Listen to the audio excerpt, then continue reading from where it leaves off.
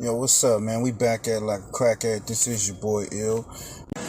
Alright, we back at it with some new info.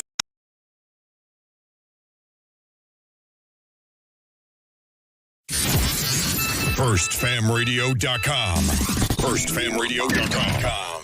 What up, world? This is Grammy music producer Ryan Ghost Bowser rocking it out with First Fam West Radio and your man's Mr. Illustrator. And on the ones and twos, we got Crazy D. Spin that, man. Tools in the box, the haters wanna stop it. Mom's on like cocaine. I'm a fly human being, money is the reason. No reason about those games. Keep the tools in the box, the haters wanna stop it. Mom's on like cocaine. Pure white, Peruvian, take flight, ride the wind, long nights, getting it in. Is this the life of a hooligan? Ninjas on the street, they trying to avoid the chalk. Talk it out, maybe after let the heat spark. Gunshots, bury victims in the dirt quick. Circle of death, calling it the work shift. Mind blown, mind gone. Just took a life he don't care about his own. But this is what the youth taught, turned up. Mommy offered those pills, plus she coked up. Out to celebrate, told it's the last days. Racing, chase away the pain of his lane. Ain't no shame, she peeling off her lace and things. FirstFamRadio.com. FirstFamRadio.com. 1, 2, 3, 4. Ay, call it an egg, that's my mafia twin. Jordan Downs, red finger, that's on gorillas, bitches going down.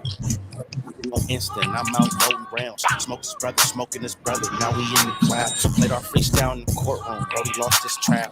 Doing dope all around the kid, so she lost her child. See, this mafia way of living, it's just our lifestyle. It ain't no way. Let's get busy right now, okay? Diamonds dancing, it's off a lick. I like to rock. Keep it on me, unfortunately. I done shot people, not legal, nigga. I'm a spinner. What up, non-lethal. John Cena. Chris, what it do? Long live to leave it. Hood boy was quick to squeeze the trigger. If your son ever hungry, doggy, I kill for that nigga. I'll die for this shit. What's up, y'all? My killers, that is not Everybody my in baby. good Lately, mood, I've been good focused on spirits, skill. y'all. I can't tell you what. Just know the code word is DJing. That's a highlight play, buddy. We gon' replay it. Well known gorillas from my city, they know we famous. You ain't talking no money, get in line and keep waiting, keep hating. I promise it's coming, little Larry, be patient. I had to cut this bitch off. She got feelings and tats. Your song is down spicy. to the ground to the collapse. Don't listen to your music, that shit weak, and I'm blowing this cap. 556 loud, ARP ain't no hope. You speaking on my dead, it's okay. You for sure getting smacked. Don't need a microphone, but you know it's for solely a rap. Big eye busters, the enemies is for so getting back. Don't believe none of your story, that shit make believe. 2 2 3s, you ain't ducking nothing. This could shoot through 3. Cold word, mental cycle. I came to make a pussy bleed. Hey, we got some shit to talk about, man. This little Larry, man, mafia lifestyle. Make sure y'all go run the numbers up. Y'all hear that music, man. Go fuck with it. Salute to little Larry. Turn up Thursdays, man. Turn up Thursdays. Is Diddy gonna tell? Kim Porter's book. Why you dissing me on the net? We from the same city. Always did a house with it on me. Yes, it came with me.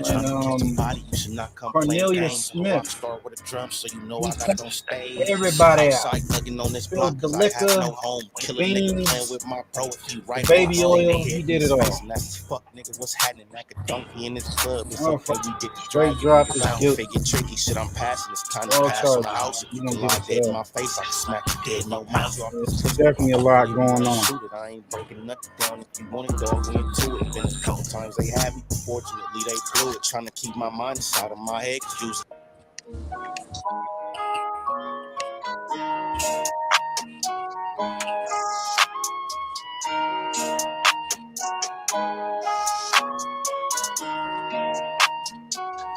Yeah. I'm coming straight from the bottom, yeah. I had to hustle, yeah. I had no option. Oh Lord, it's 40 on me. No something moves if you move, I'ma pop it. To my low, so I was cracking the nigga, it ain't no was poppin'. I had to drop, they didn't wanna give me no jobs, I had no option. Yeah, bitch, I'm from the road, door of your foes. I'm in this bitch with my bros, bitches a go. I get them all by the low. Yeah, by the low. Yeah, solid bitch, I never fold. I never fold, bitch. I'm hot as a torch. Try to touch me, you get scorched. Car faster than a Porsche. All I know, watch me score.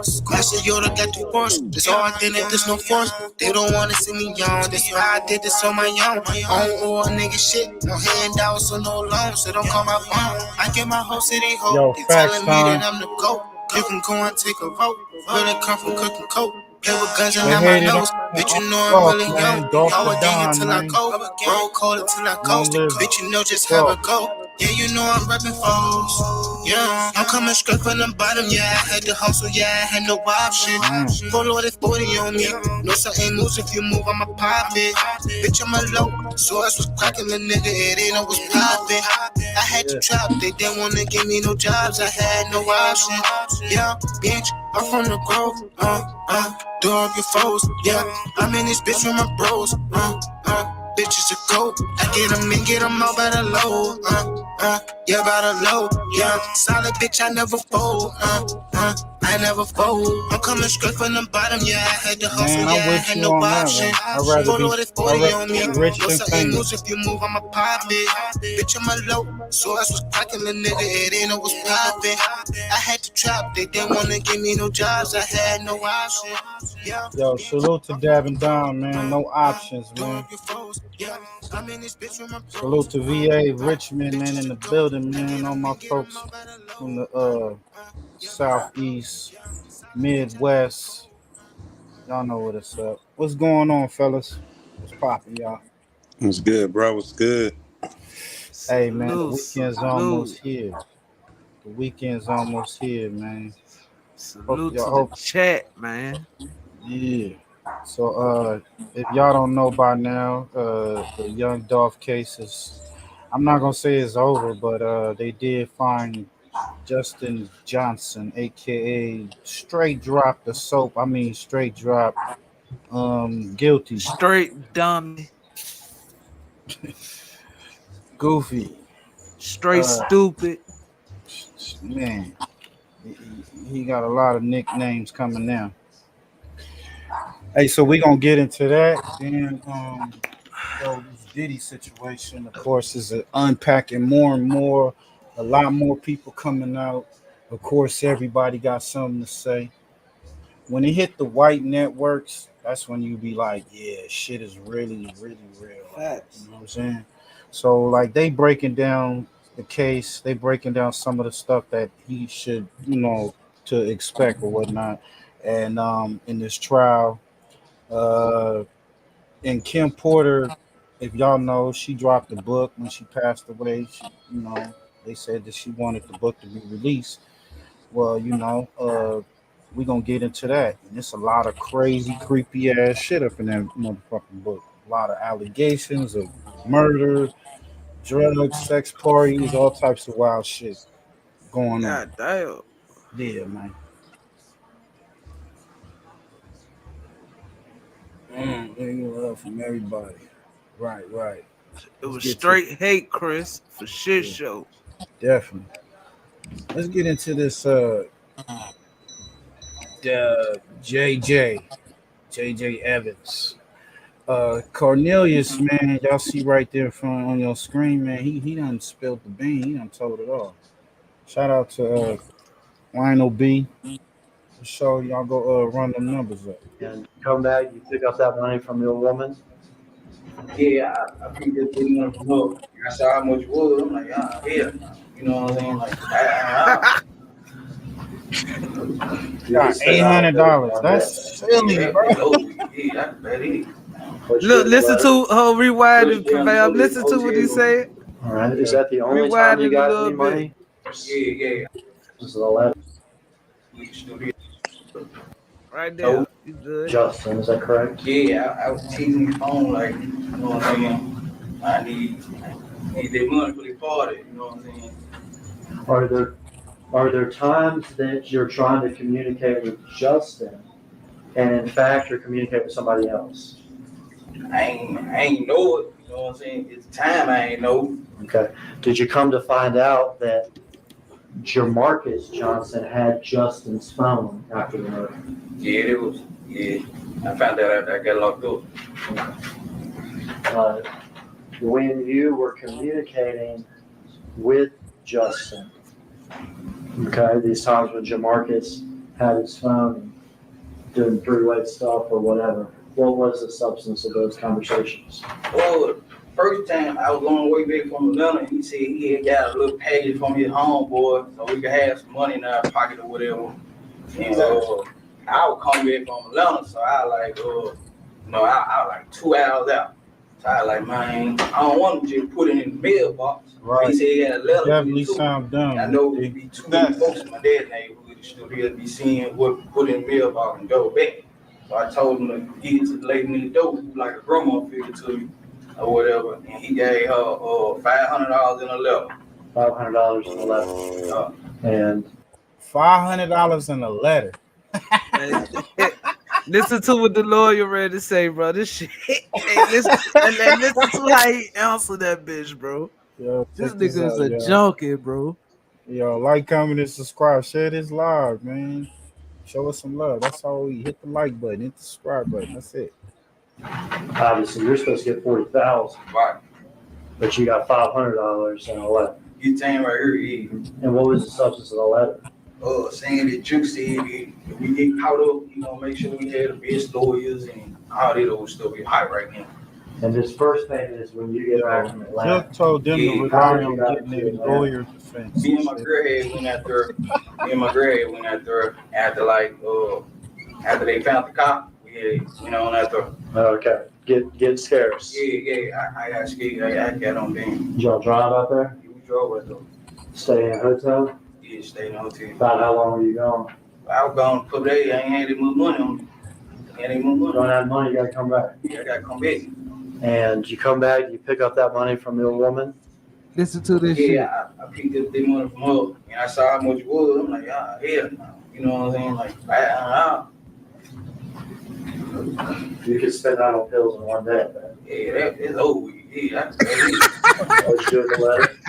I flushed down the toilet. Is that the only time you got any money from Justin? Nah, a couple days later, All that nigga I was in the city or whatever, and he was saying that he might have it X pills and Percocets, bring me some money or whatever.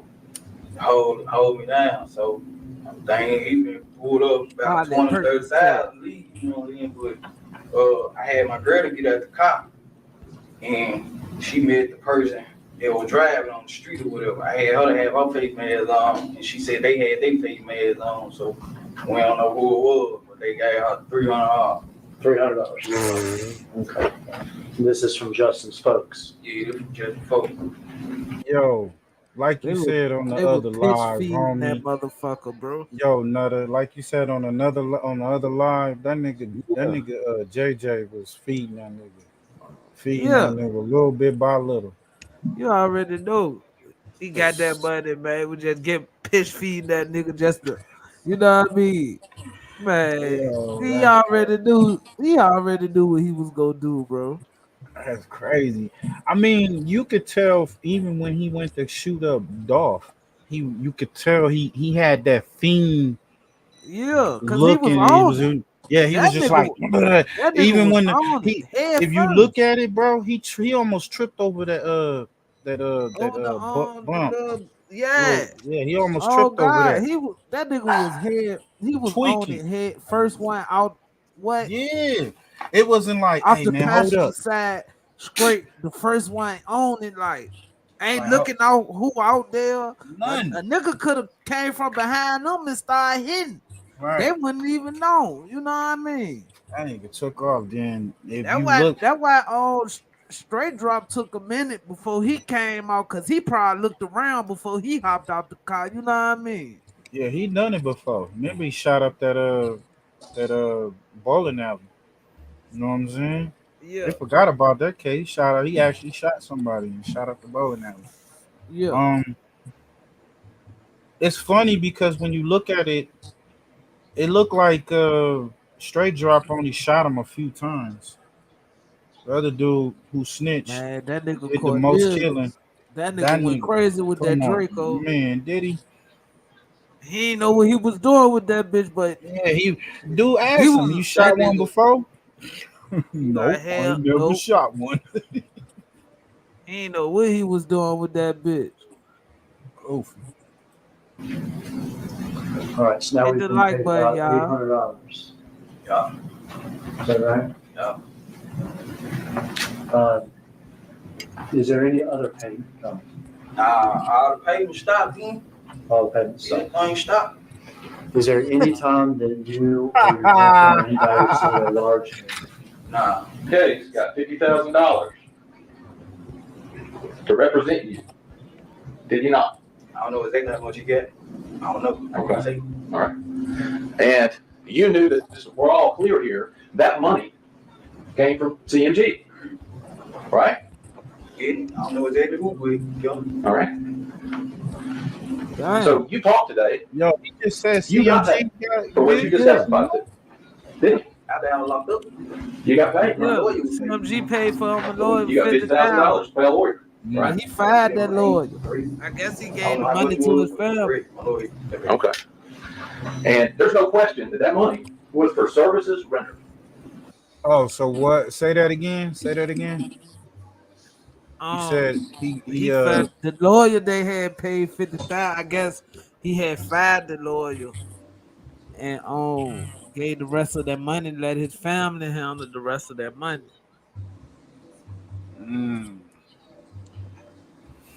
I mean, he already knew he was fucked, homie. And the funny thing about it is like he could have just said, "Yeah, I did the whole thing." But he You said he know, don't know how much them niggas gave the lawyer. Yeah, facts, Miss. That's what I was saying. Facts, Mississippi D. He fired the lawyer, and the family got the money. Yo, that's crazy. Cause he already knew he was gonna tell, fam. I mean, Mrs. D, you gotta think. You right there at the cash register, and you ringing up a dude for some cookies, and the nigga just start shooting. Like they just started dumping. She saw that he was getting dumped on and ran to the back. I don't think she even had time to say, "Hey, Dolph, look out!" You know what I'm saying? She just Hell saw. no, man, that girl said, "Oh shit." Yeah, she took off to the back. When you could tell the way her face expression was and everything under that mask, that girl said, "Oh hell no," and went in the back. Went in the back. I mean, long live Dolph, but I don't know. It was just evident, man. I mean, Dolph was just moving reckless, homie, at that part. I mean, we gotta be honest. I mean, he was living reckless, homie. He had his brother Yeah. that was protecting him. But that His shit brother got crazy, off. bro. That shit crazy because them niggas was on their way to the turkey drive. Whatever artist was out there, they would just go be out there shooting. They ain't give a fuck who was out there. Just so happened when they was on their way up there, they see Dolph drive past going towards the cookie shop, and they Right. followed them there, bro. But see, just imagine if Dolph had like the bodyguards around him or some Yeah, security around him. Like yeah, he should have he's been standing driving there. 2 or 3 cars deep. Yeah, like he get out to get the cookies, right? But the bodyguard standing behind him. Standing by the door. Yeah, standing by looking at, bro. He didn't have nothing. He was naked out there, bro. It was just like Yeah, that's a Nipsey fact. naked, That's a bro. fact, Chris. He was comfortable, just like Nipsey was Yeah, comfortable. too comfortable, bro. Like 3 too, cause three Three, knew three. he ain't supposed to been in them Yeah, apartments. Know what I mean? Three he knew he ain't drove. supposed to. Look at the three. Three had just Three got was was with comfortable. the other girl. According to what she said, he was with her. He Yeah, went to go do the acting. Like he had came from LA. He had flew in from LA from doing the yep. video, right? And all that People, so, shit. some motherfuckers I ain't even know three was back, bro. And what he do, bro? Soon as dude called, three over there? Yeah, he over there. Them dumb niggas wait out, camp out, and Yeah, follow his ass on the and highway. it's fucked up because that man used his son to do that shit, bro. Right, scandalous, bro.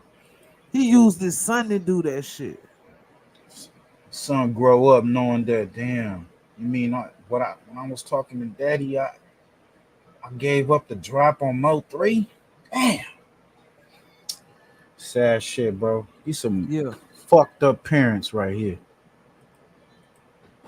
Kill a dog. You took it, didn't you? Yeah. Did your conscience bother you? Come on. Your conscience. After I came to my senses, did you say, I can't have that money? I can't use that money, but you still got a lawyer here. I ain't say it. You took the money. Yeah, I took the money. I got the money. Your conscience wasn't bothering you that bad, right? You said your conscience started bothering you, but not bad enough not to take the money for the job you did.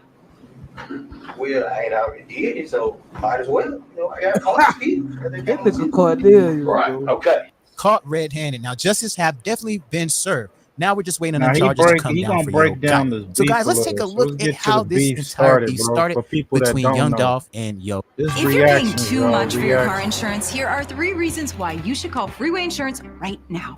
Gotti. After the passing of Young Dolph in 2021, Hey, that too. What's up with young Black youngster? black youngster, man? You think I they gonna mean, pull he him still niggas head if signed. they put a I Rico mean, if on they put a CMG? Rico, cause the past shit too, Dolph got shot at 100 times. I mean, youngster got arrested for that shit.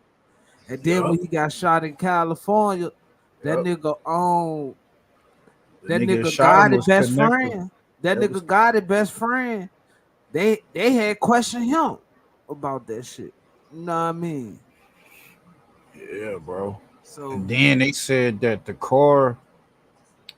I don't know if it's true, but one of those security or whatever came out and claimed black youngster came back to him with a car or something that they claimed that was part of that whole little the whole little murder. Because they was swapping cars and robbing, stealing whips and shit, committing crimes.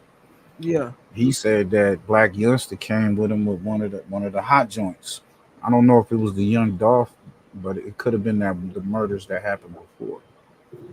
It's on Yeah, YouTube, bro. yeah, that's crazy. I don't know. I know that another nigga had stole the cars and shit. But he said he claimed he ain't know them niggas was gonna do that shit, that dog shit in that car. Mm-hmm. Yeah, that's That crazy. jump was like a neighborhood car, like a hot box. You know what I Yeah, mean? yeah, yeah. Yep. Nigga, a stolo. Yeah. And niggas just go around doing hot shit in that bitch. Mm-hmm. and Big Juke in 2024, many fans are left wondering what is the real story behind the deaths and how did This the beef nigga come just about. put out a Now, hit this is and the got most hit authentic itself, full bro. story on YouTube and the real story on the beef that ended several lives in the span of just 3 years. Make sure you subscribe and watch the full video so you don't miss anything. August 2014. In 2014, following the release of Young Dolph's mixtape, High Class Street Facts Music 4, time. American But Gangsta, Young Dolph would make an appearance on but Sway we in the gotta Morning wonder to discuss the he project. might have had a During the gun in interview, there. Dolph would I touch don't on his know, bro. decision not to sign. I don't know. He ran That around that gun car junk though. is a motherfucking is that gun junk is a fucking is a whole mission, bro. Cause don't nobody know. Don't know. Some people thinking 3 was pump faking. Some, but I'm not gonna go around there and know I ain't got no gun in that bitch. You know what I mean? 3 should have just ran on the highway and got hit by a car or something, bro. You know what I I mean? was just, but I see. I seen part of it. I seen the video they showed, right? But I didn't go extensively over the video. Kept going over, but why is car stopped? Them niggas got in front of him They and cut got in off the front of him, traffic. but that was a two way. That's a two-way highway, right? Yeah, but they cut off the whole the traffic had stopped completely because they was ongoing. You get what I'm saying, fam? Mhm. Okay, okay. And they cut off the traffic and stopped the whole highway, bro, to kill that man, bro. Yeah, that was wild, bro. That was blazing like a motherfucker, bro. That trial should come up pretty soon, bro. Yeah, I ain't, I got yeah. them niggas. Yeah, after they all, I don't know what the fuck going on with that 3. That 3 jump might. That Like 3. I ain't heard nothing on it, bro. I ain't heard nothing. Hey, Chris, I ain't saying he was pump fake. I'm just saying maybe he couldn't get to it in time. You know what I mean? I'm like, okay, you driving. He noticed them dudes because they was driving fast. That gun Them in niggas that done glove shot his compartment. tires out and everything, fam. Yeah. So that it was probably so much. It was so much so much going on at the time, at once. I guess he just, the gun is in the glove compartment, but he couldn't reach it at the time. Boom. You never We got, know. The glove department might have had a key on it. We don't know. You know what I mean? We don't know. Yeah, bro. That's the thing I be seeing about the rappers, dog. They be. Had looked to me, he just couldn't get to it. Like the way that nigga was running up with that chopper. You know what I mean? Man. You don't know, bro. That junk is a big mystery right there about that gun. Like, did he get there and realize the gun won't there, or he couldn't get the glove box open, or wherever he was trying to get to the gun? Don't nobody know. That shit crazy, bro. That makes the Mind bloggers you, come up he with a bunch just of coming bullshit, back though. from Cali. Yeah. And man, you remember everybody would talk about him and Ryan got into it in Cali because Ryan had him naked in Cali without a rack. They was blaming rainwater too for it. Yeah. Yeah, that's crazy, y'all. Signed a record deal with Yo Gotti, explaining that he would rather see his own investment in himself all the way through rather than latch onto another artist's movement. Dolph would later point to Yo Gotti taking offense to Dolph's decision as a result of their beef, although Gotti has never confirmed that he was bothered. February 11th, 2016. Young Dolph disses Yo Gotti on Twitter. The bubbling friction between Young Dolph and Yo Gotti became apparent on February the 11th, 2016, when Dolph sent a subliminal shot at his Memphis counterpart. Using Twitter to let his feelings be known, Dolph alleged that Yo Gotti wasn't fond of his growing success, tweeting, "Bruh went from being my #1 fan and wanting to sign me to being my biggest hater," in reference to Gotti's failed attempt to add Dolph to his CMG label. Despite Dolph not mentioning Gotti by name, it was clear who Dolph's words were aimed at and would set off a chain of events that would result in a deadly beef. But February 18th, 2016. Young Dolph titles his new album was King of dissing Memphis. Dolph on what? Young Dolph raised a few eyebrows in February of 2016 when it was announced that he would be naming his debut album King of Memphis. Now, this came as a shock as rapper Yo Gotti had repeatedly referred to himself as the King of Memphis, so Dolph's album title seemed like a shot directed square at Gotti. Although Gotti would make no public comment on Dolph's decision, those in the Memphis rap scene, as well as the other rap community as a whole, considered the title a slight towards Gotti and Dolph's attempt at overtaking the Memphis rap throne. February 2016. Young Dolph downplays beef with Yo Gotti. During an appearance on Hot 97's Ebro in the Morning Show in February 2016, Young Dolph downplayed his beef with Yo Gotti, going as far as to acknowledge the rapper as being one of his earliest supporters. "It's really overstated," Dolph responded when asked about the rumor tension between the two Memphis representatives. Young Dolph also cleared the air about the title of his LP, King of Memphis, stating that it wasn't meant to be a diss of any kind and that it was more inspired by him and his crew's mentality. "All my partners king, everybody got some paper, everybody move like I move, and they morals and all that," Dolph explained. A PR move quieting concerns of a brewing war for the crown of Memphis rap. March 2nd, 2016. Black Youngster says he'll slap Young Dolph. The Young Dolph and Yo Gotti beef began to take a turn for the worse on March 2nd, 2016, when Gotti's CMG artist Black Youngster posted a clip on his Instagram account going at Dolph and calling into question his claim of being King of Memphis. "Dolph, you a B. You a soft A ninja. If you got a problem, say you got a problem," said Youngster in the video, which has since been removed from his Instagram account. He then went on to further diss Dolph, calling him a B, a ninja, before adding, "You ain't even no King of Memphis. You ain't from the city, B." He would also threaten Young Dolph in the post caption, writing, "When I see that ninja at Young Dolph, I'ma smack the S out of him on my life," leaving no question to the drama between Young Dolph and Yo Gotti being as real as the rumors had suggested. March 2nd, 2016. Black Youngster shows up in Young Dolph's neighborhood. After first levying threats That was against that Young Dolph crash on dummy behalf of shit Yo right Gotti, there. Black Youngster upped the ante by showing up in Young Dolph's stomping grounds in Memphis with a few of his goons. Capturing the scene on video, Black Youngster and his crew took a stroll through South Memphis Castalia neighborhood on the hunt for Young Dolph while armed with heavy artillery. Although Black Youngster and company would not run into Dolph, the clip was enough to know that his particular beef is deeper than rap and would soon turn into a bloodbath in the streets of Memphis. March 12, You're not 2016, lying, Mr. Yo B. Gotti speaks on Black Youngster's Jealous. beef Gotti with was Young jealous. Dolph. Now, when Black Youngster began dissing God, man, come on, Gotti.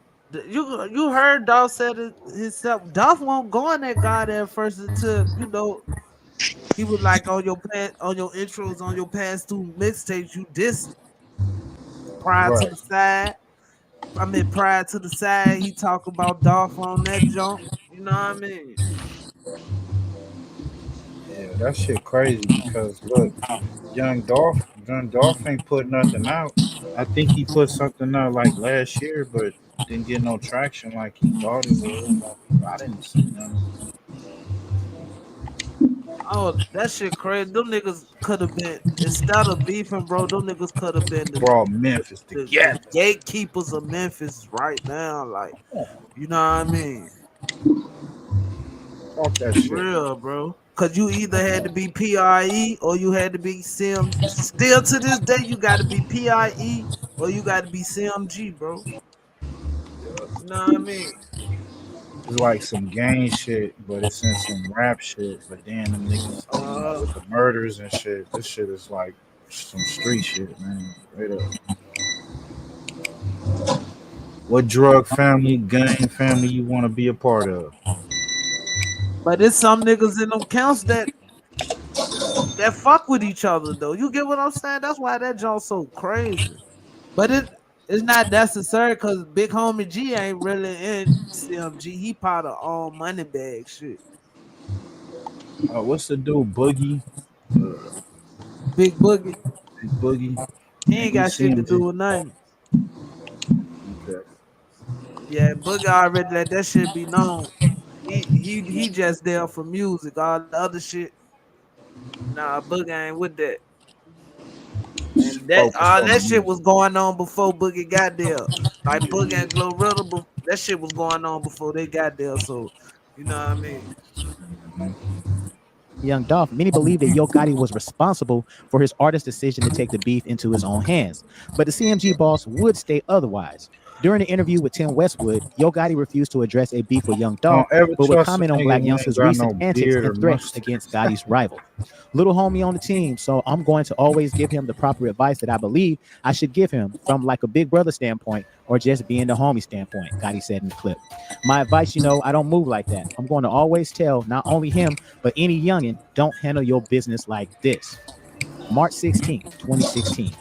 Young Dolph disses Yo Gotti and Black Youngster. Now, after taking the high road for the most part in regards to his beef with Yo Gotti and Black Youngster, on March 16, 2016, Young Dolph responded with a few words of his own via his Instagram account.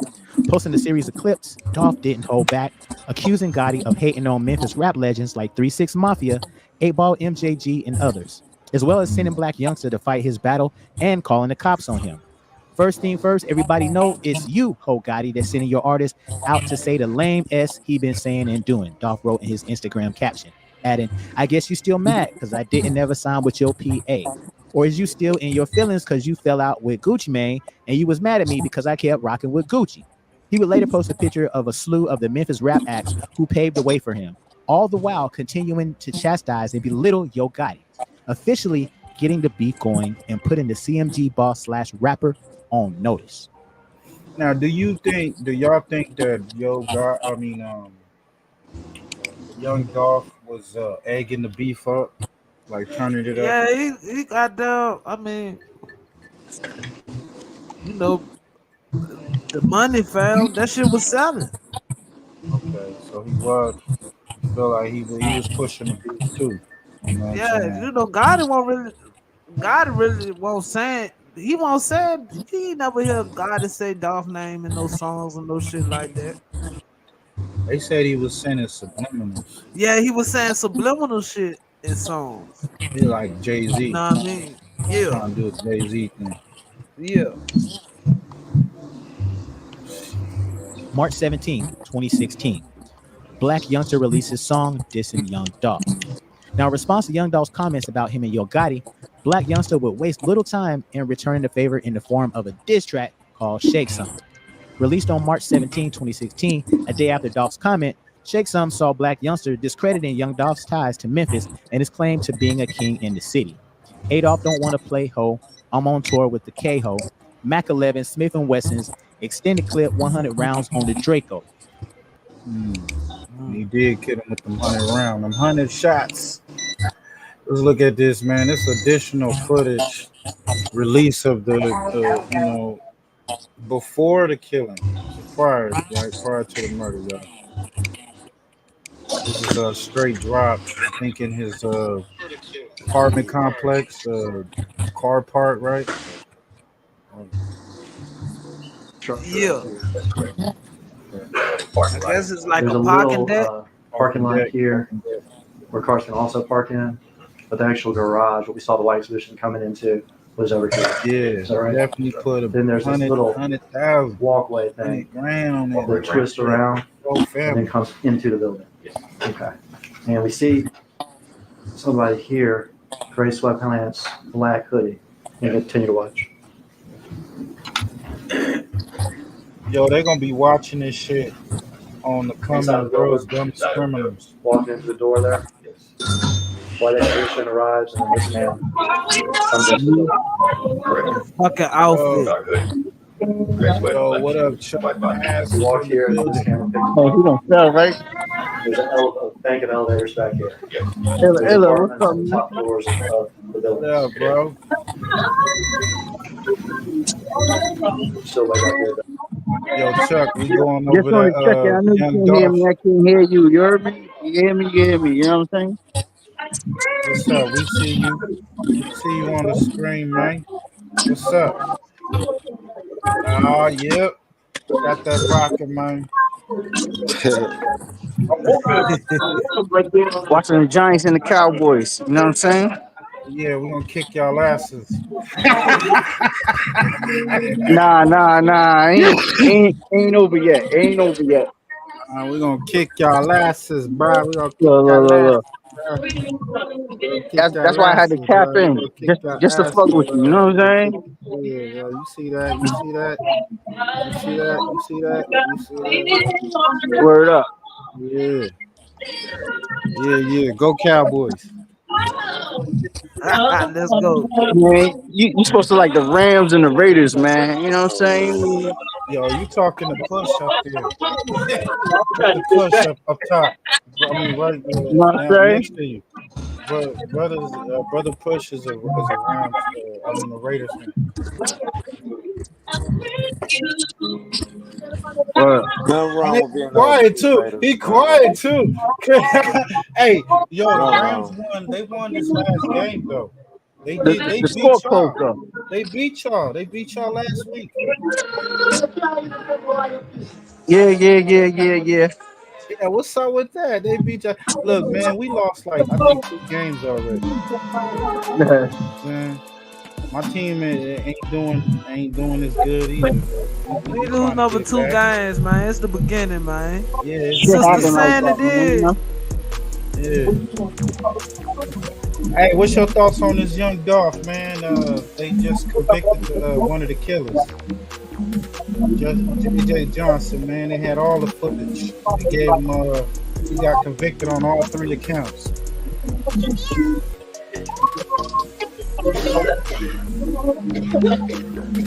Nigga Chuck. Nigga ghost out. Let's get back to this footage, man.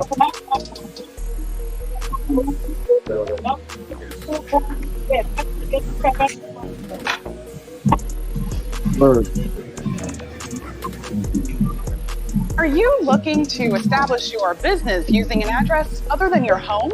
Wish you had. Hey, make sure y'all drink responsible. All right. Here's a man, white exhibition. Salute to everybody. You heard? Lobby. Gets in the elevator. Comes up to the floor. Look.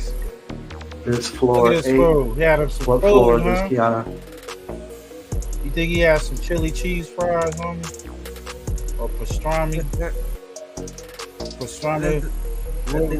That's the last street meal right there. Yeah, well, what's the street meal? What's the street meal in Memphis? Nigga had some burger and fries. Burger and fries. Nah, nigga got that pro. What is that? That Bass Pro? What Bass Shop had on? This nigga goofy as fuck. Hopper's cousin Justin Johnson live on. Which is ID 808. 84. And this man has on black shoes, white soles, gray sweatpants. A little on the sweatpants. Logo inside. We all recognize that Memphis is Bass Pro Head. So right, knowing they got cameras. It's retarded as fuck.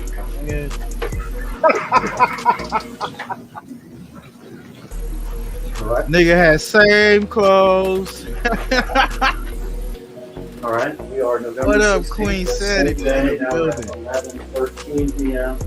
Countdown from the murder with 13 hours and 10 minutes before the murder. Right.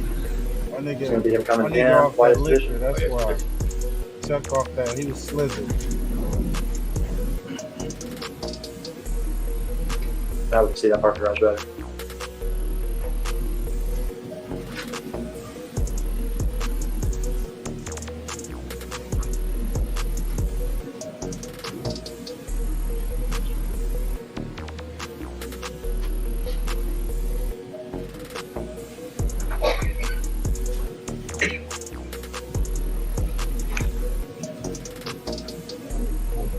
Just like last time coming in the front, he's gonna walk to the elevators.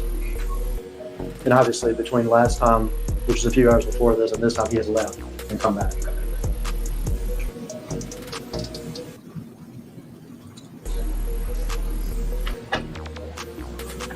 Mozzie in the building. Just stop those. Yeah, my bad, bro. I'm over here. Don't even explain, man. You do your thing, man. What's up? How the baby doing? Are you doing good? You came back from the grandma's house. How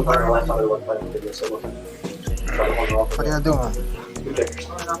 Good, good. Hey, you see on the screen, JJ, straight drop. They didn't convicted you, boy. Yeah, they get that nigga life. They get that nigga life. I know that nigga's stomach went to his ass. Pause. No goodie. That nigga face was priceless. That nigga looked sick. He definitely looked sick. No, what's up, nigga? And that was his daughter's birthday. That's crazy, fam. That's Whose crazy. birthday? That was his daughter's birthday, huh? Bro, instead of you celebrating your daughter, come on, bro. You out doing dumb at. Wait, it was straight drop. Niggas get it together, niggas. You hear that? Together. That was his daughter's birthday the time he did Niggas, for real, fam. Niggas really need to get this shit together, bro. So he got sent this on his daughter's birthday? Nah, he did the that Merc shit. game. He did the Merc on his daughter's birthday, bro. He's supposed to be celebrating his daughter's birthday. They're celebrating your daughter's birthday, and then you over there kind of chasing the next man. Oh yeah, catching bodies. Come on, bro. That's crazy. Yeah, He took another father away from his daughter. Think about that shit, bitch ass nigga. That's fucked up. These motherfuckers never think about these kids, bro. Hell no, they don't. Now he doing Him life. walking, look, him walking through that area. That's the last little freedom he gonna have, bro. For a long motherfucking time. Yeah, he fucked that package up. Yeah, bro.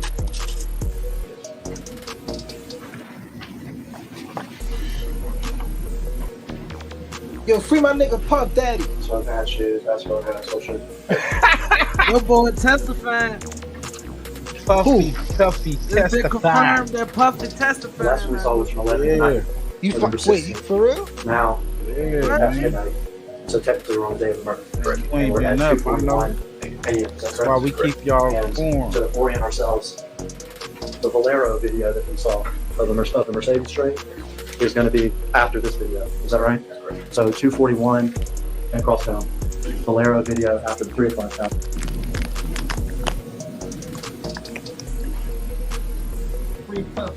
Hey, so is this him going back to his apartment or coming from the apartment? I thought this one he was going to get the baby one. You won't get the baby, right? Yeah. Man, they showing all that shit.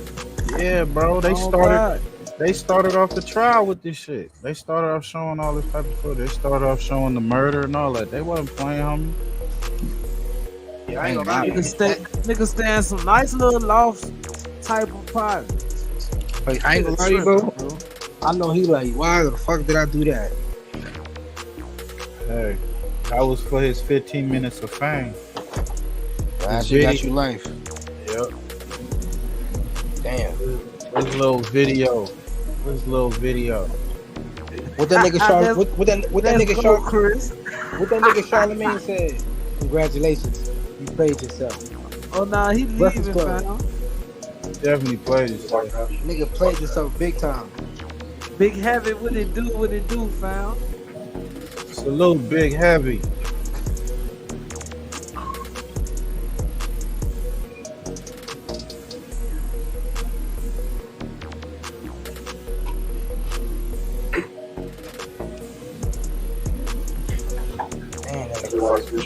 Correctly.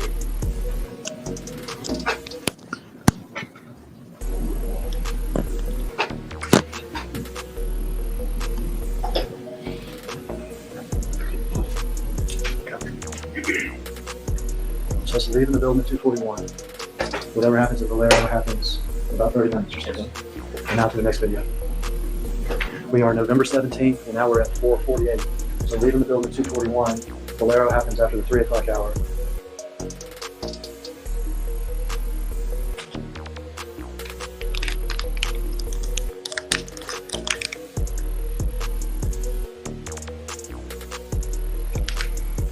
Yo, this the record he put out after that shit went down, homie.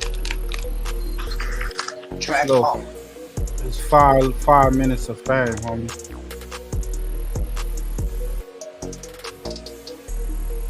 Get up on me, that's too close to dying. I'm alert, don't need no added. He feel good about that. I heard Young Dolph. He used to roll Young Dolph. Right.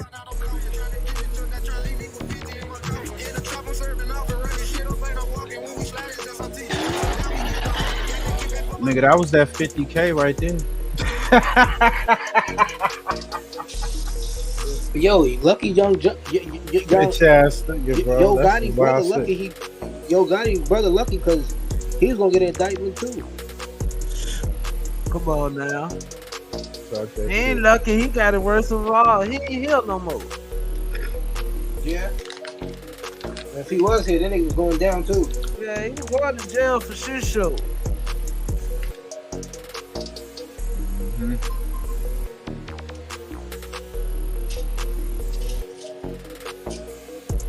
All that tunning and all that shit that nigga was doing on the internet, he should have known, bro. Look at this nigga, bro. He was doing the most. This is right after the fucking murder. What he dropped this like a couple days later? I'm talking about Jook at it. Jook, yeah. He was talking that shit too. Talking that shit. What Jook? Well, he could do all the rapping in that cell.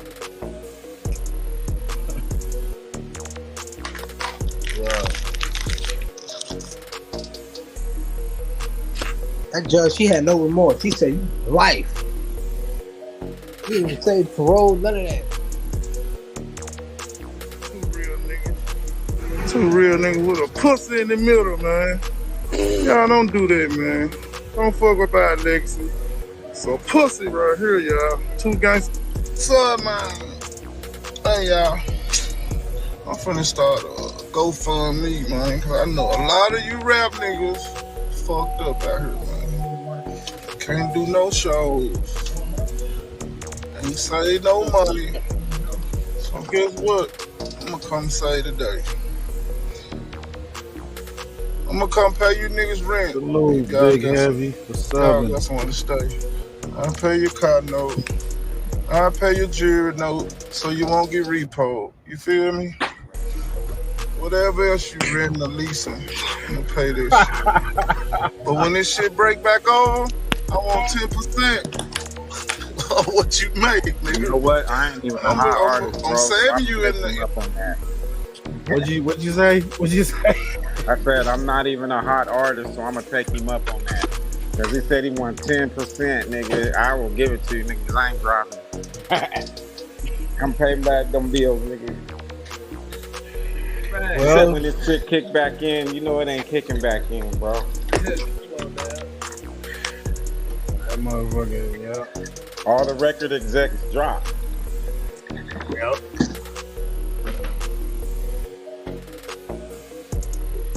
We're hip hop. Yep.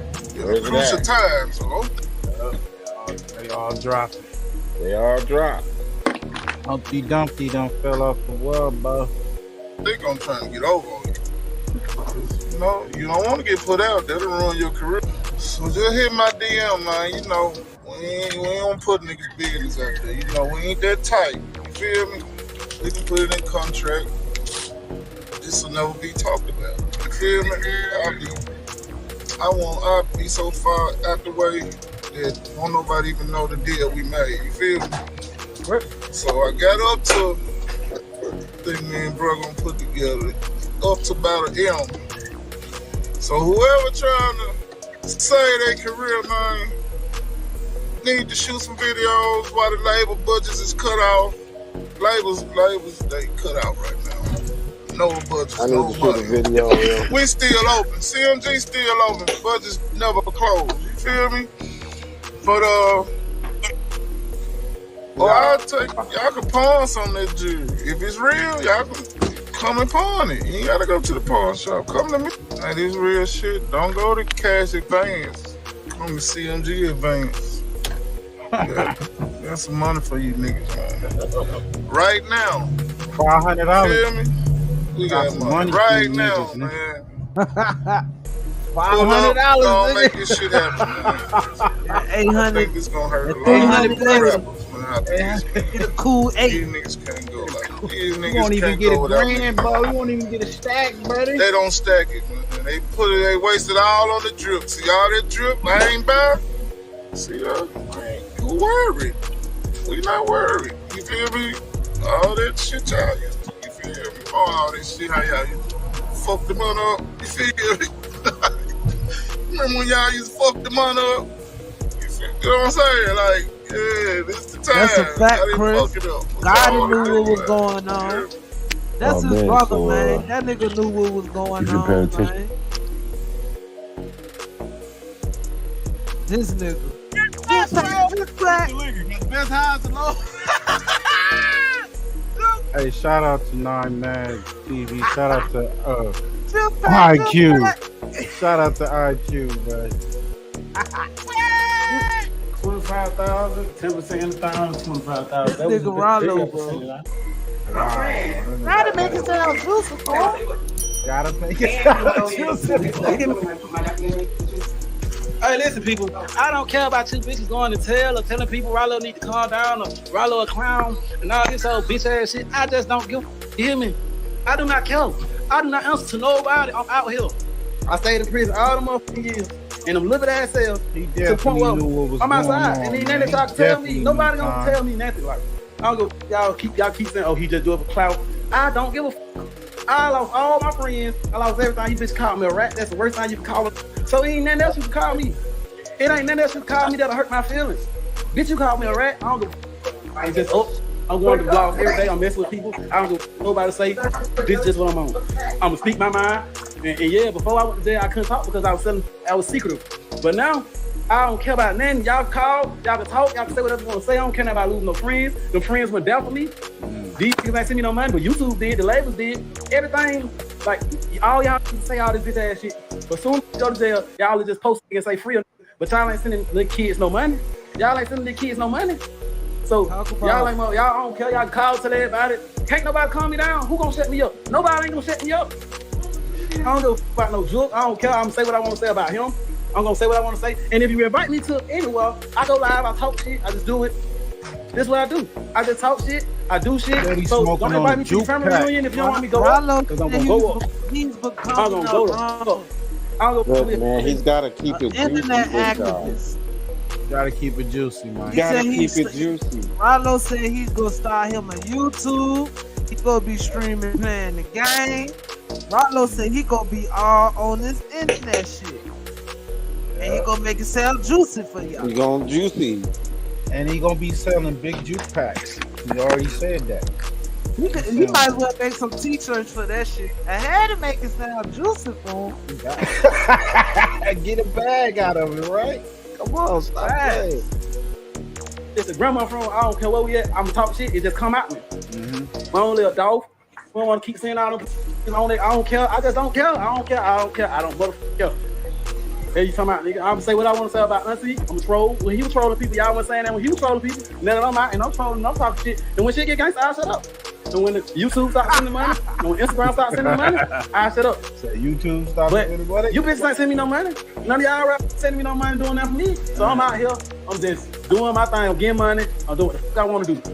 And y'all don't know. So when I'm up, scream out that free money. All that Get your money. But don't want to send me that. Get your money, my whole prison did. My sister didn't either.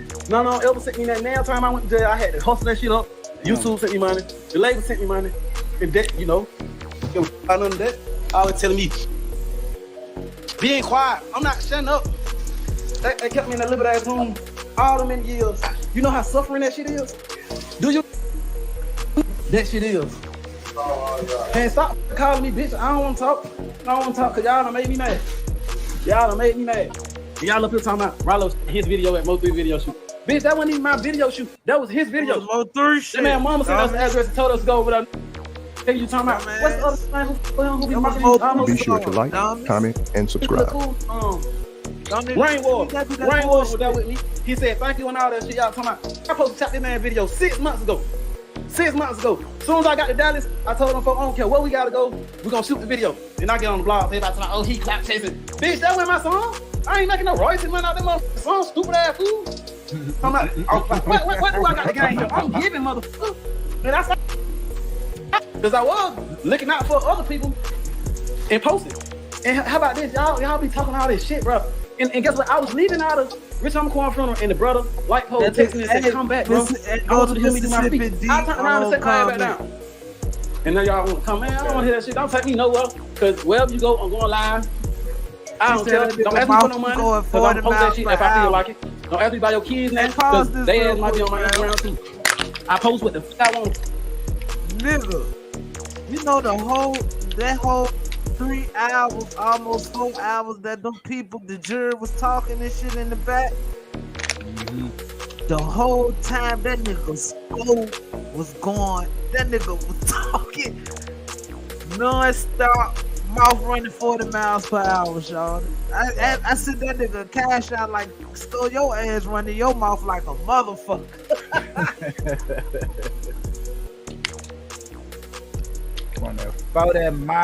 The whole time, bro, this nigga skull held that bitch down, no cap though. But that nigga mouth, that nigga was not.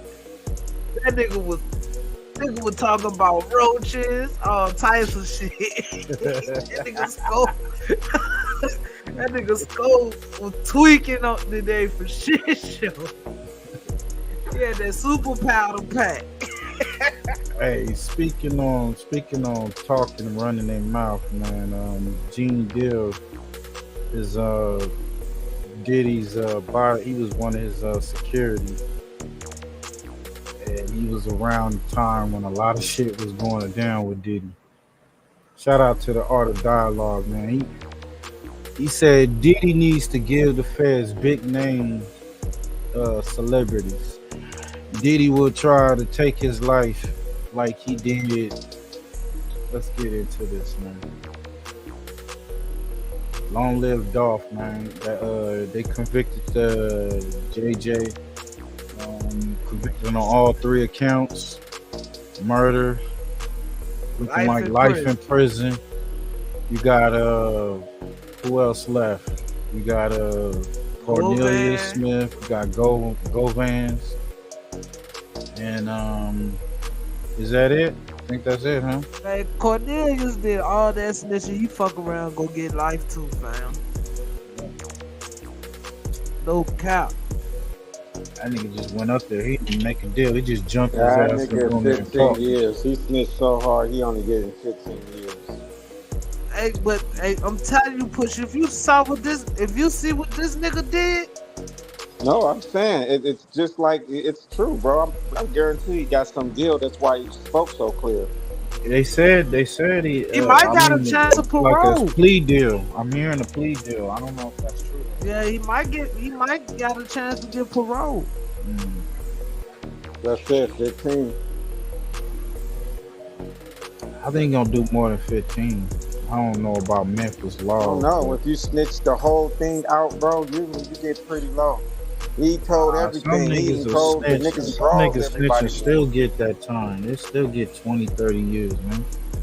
Cell, like a padded cell. Listen to what by he yourself said. with He very is a little or CEO no clothes on. CEO back in the day, a PO at that. You understand what I'm saying? So that suicide watch, when I heard it didn't. I wasn't surprised. You know, somebody who lived in mansions, travel all over the world, somebody who could go into any hotel, have any and everything at his beck and call. Now he's in a room that's a 10 by 10, if that, a cell. Bruh, if he was going to commit suicide and he was on the outside during those city college days, just imagine what he's going to do or try to do while he's in prison and he don't have his cell phone, he don't have no maids. You understand? The correction officers who's making about 40, 50,000, or, you know, if you start, you know, cussing him out, telling him all kinds of shit. And the inmates, everybody talking crazy to him because what he done. He might think it's better off to commit suicide than to be in a situation like that, bro. It might be better off to commit suicide to him. You know what I'm saying? I don't believe that. I believe your life don't belong to you. Your life belongs to God and the people around you that you take care of and do what you need to do as a man. But him saying that, them putting him on suicide watch, I could see that, man, but that ain't a good situation for nobody. You see what happened to Jeffrey Epstein? He was on suicide watch, right? Who was watching him while he was committing suicide? And that's crazy, man.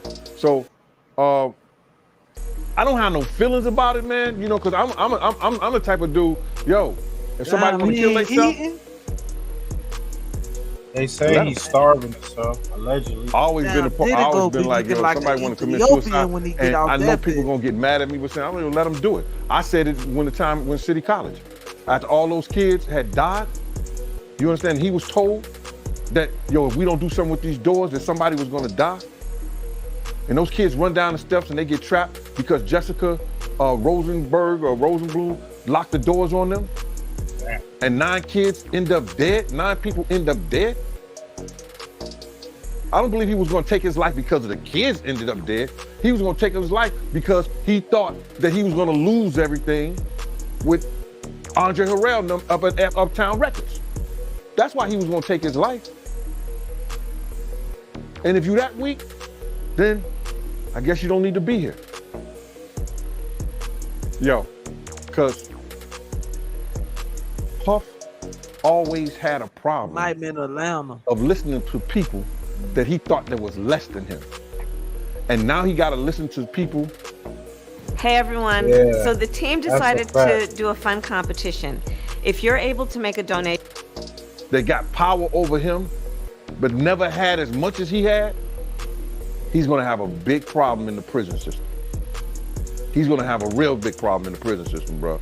And having to listen to those COs and having to listen to everybody that got more power than him now, from a person that had all the power in the world that we thought, now, seems like the tables is turning. If these people have it their way, he's gonna be spending the rest of his life in the prison system. He better hope that they want to make a deal, but I don't think so, or they want somebody else. He better hope, and he got something to offer them. Even if he got something to offer him, you got to realize, bro, like, you got drug kingpins, you got drug dealers, you got people who make deals, there's murders and killers. They make a deal and they still get 25, 30 years in the feds. Facts. Yeah, we talk to feds. I mean, we ain't talking about state. Facts. So that's a fact. And then I remember it was the dog pound niggas on the west end of town. Them niggas were going around turning shit up in the city. All them niggas told on each other. Everybody still got 20 of them. Mm-hmm. You think? Do y'all think Diddy gonna start telling on these higher ups, these puppet masters in the industry? Oh God, he gonna need that motherfucking oil, Mississippi. If he got the video on Obama, he getting out of Nigga try to grab Diddy, he gonna slip right out of there like nigga. You know. Baby, oh God.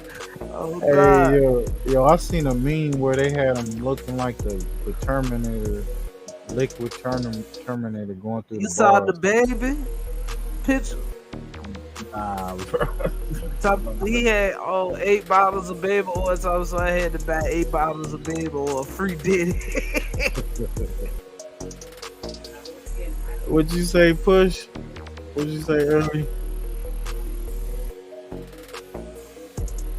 Yo, Push, no, what'd bro, you say? they got Obama tapes out. You think you got some Obama tapes? Man. Bieber got touched by Michelle. What? This nigga Push, bro. Bro, I am not lying. The stuff that's out there, bro. The stuff that's out there. I'm going on mute. I'm going on mute. The stuff that's going out there, bro. That stuff Talk is your so shit, deep. please. That dude, Justin Bieber, bro, that dude stole his whole catalog, bro, and disappeared. Like, I'm good with y'all. Mississippi D said she heard that too. Yeah, I'm just trying to tell you, bro, I didn't make it up. There's a thing out there that says that she or he or whatever it is, Justin Bieber. Real stuff. Okay. It's out there. There's talk that there's a video of Obama at the Diddy party. That nigga Justin Bieber. That nigga look weird as a bitch now. I don't know what the fuck going on with him. Let's see something, man.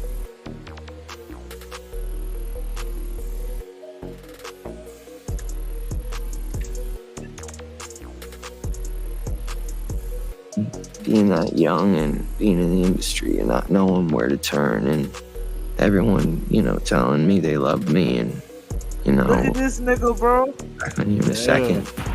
A 2022 interview from Justin Bieber has resurfaced in the wake of Diddy's legal drama.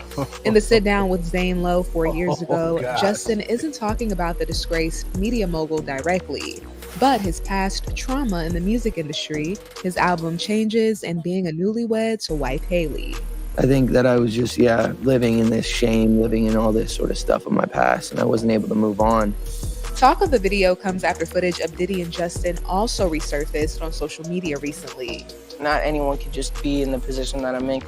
Video shows Diddy alongside teenage Justin, leaving people to speculate if, at the time, he subjected the pop star to his alleged freak-offs. Combs allegedly planned and controlled the sex performances. He controlled the sex. You hold a chicken in your hand. Push. Y'all, according Did to you the read that reporters- indictment, Push? Bro, I'm trying to tell you. Man, we about to get into that Kim Porter shit too, man. Come on, man. They speak on. She speak on that Justin Bieber, Usher, a few others, man. Shit Oh crazy, God, man. Mississippi G. Make sure y'all like, comment, and That nigga subscribe to the Justin channel. fucked Come on, man. Don't you know? They fucked that little nigga up. Come on. Yeah, they traumatized his brother. You can see That it all dude went through it for man. years, though, bro. Yeah. Fever, Which he man. called freak-offs. and he often electronically recorded them. The freak-off sometimes lasted days at a time. You're gonna hear about my party. They're gonna be shutting them down. They're gonna probably be arresting me, doing all types of crazy things. Just Damn, bro. Stop speaking shit into existence, my nigga. Damn. The power of words, man. The power of words. Diddy doing gonna be all like types of crazy things just because we want to have a good time. Arresting me, doing all types of crazy. You're gonna hear about my party. They're gonna be shutting them down. They're gonna probably be arresting me, doing all types of crazy things. Be arresting me, doing all types of crazy things just because we want. They're gonna probably be arresting me, doing all types of crazy things just because we want to have a good time. During the Zane Lowe interview, Justin breaks down in tears when talking about wanting to protect Billie Eilish, who at the time quickly rose to superstar status. Well, I just wanted to be a good example, and it was hard for me being that young and being in the industry and not knowing where to turn, and everyone, telling me they love me and, just turn their back on you in a second. I just want to protect her, I don't want her to go through anything I went through. I don't wish that upon anybody. When it comes to what Justin thinks of Diddy's allegations, a source tells ET Justin's not focused on what is going on with Diddy or the allegations against him. Instead, our insider says Justin and Hailey are focused on baby Jack, whom they welcomed in August. They've been absorbed in their own happiness and family, appreciating this time together. In fact, building a family with Hailey was top of mind during Justin and Zane's chat, an idea that lifted the singer's spirits. I'm really excited to have babies with you, enjoy, just celebrate, all the amazing things that we've been given. Because we are blessed, babe. We are, man.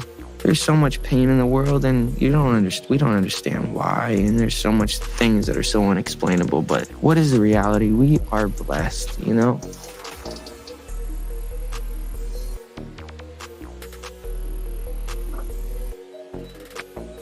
How do celebrities like Justin Bieber and The Rock generate hundreds of millions of dollars? It's actually not what you think. They make a special kind of money known as royalties. My name is Christian Mickelson, and I help everyday people increase their income online. I have to say, we're pretty darn good at it. This shit wild, bro. Young brother, everything's good? Selling out arenas and everything? Starting to act different, huh? You ain't been calling me and hanging out the way we used to hang out. Well, you try to get in contact with me, through all my, partners and whatnot. Right. But you never really got my number, so. Right. Okay. My number? Yeah. Tell you my number. Yeah. 555. Man, dude. It's kind of wild, right? Party, nigga. Party. Hey, I wanted to show this before we get deep into this Diddy shit. I just thought this was so disturbing about this. Y'all out here doing the most, man. Y'all young thugs is doing the most. Hold on, y'all. This goofy, look, he took his son, homie. Yeah, he definitely was nervous. This nigga took his daughter. He was with his daughter, right? Yeah. Goofy ass nigga.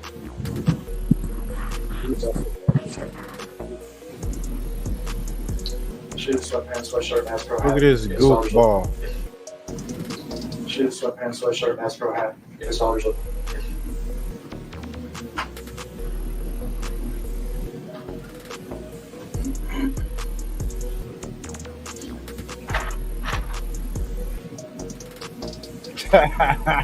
Right. Oprah getting oily too? Oh yeah. In fact.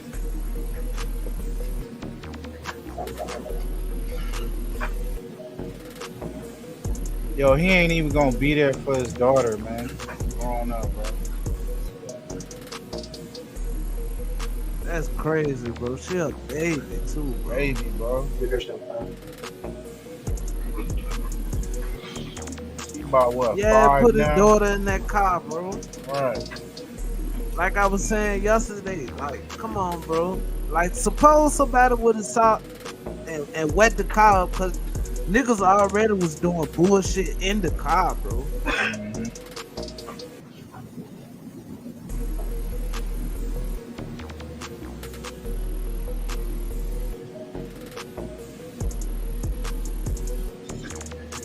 He thought he was trying to build an alibi, homie.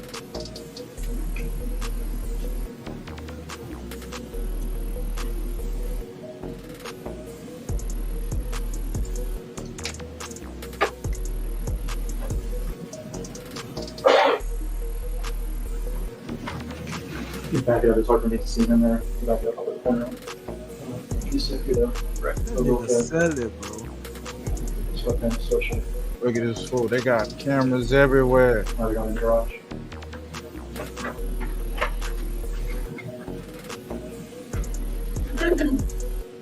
And leave them in the wipe yourselves. With the fucking baby in the car. Captured. Here, leave it in the garage. Niggas. Definitely need his ass kicked.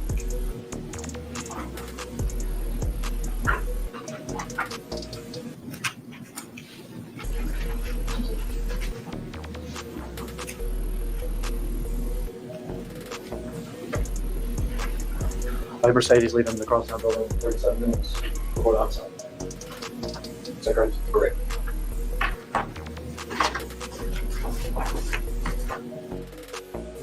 With that same outfit. That outfit, same man. outfit on. He a retard. They had to show that lawyer. That lawyer said that wasn't him. They had to show that lawyer shit, nigga. Got that same fucking outfit on earlier that day. We got footage. Hey, check out what Shug say about Diddy, man. You know, claims the abuse and shit. He did an interview with Chromo. I think Suge in it. LA version.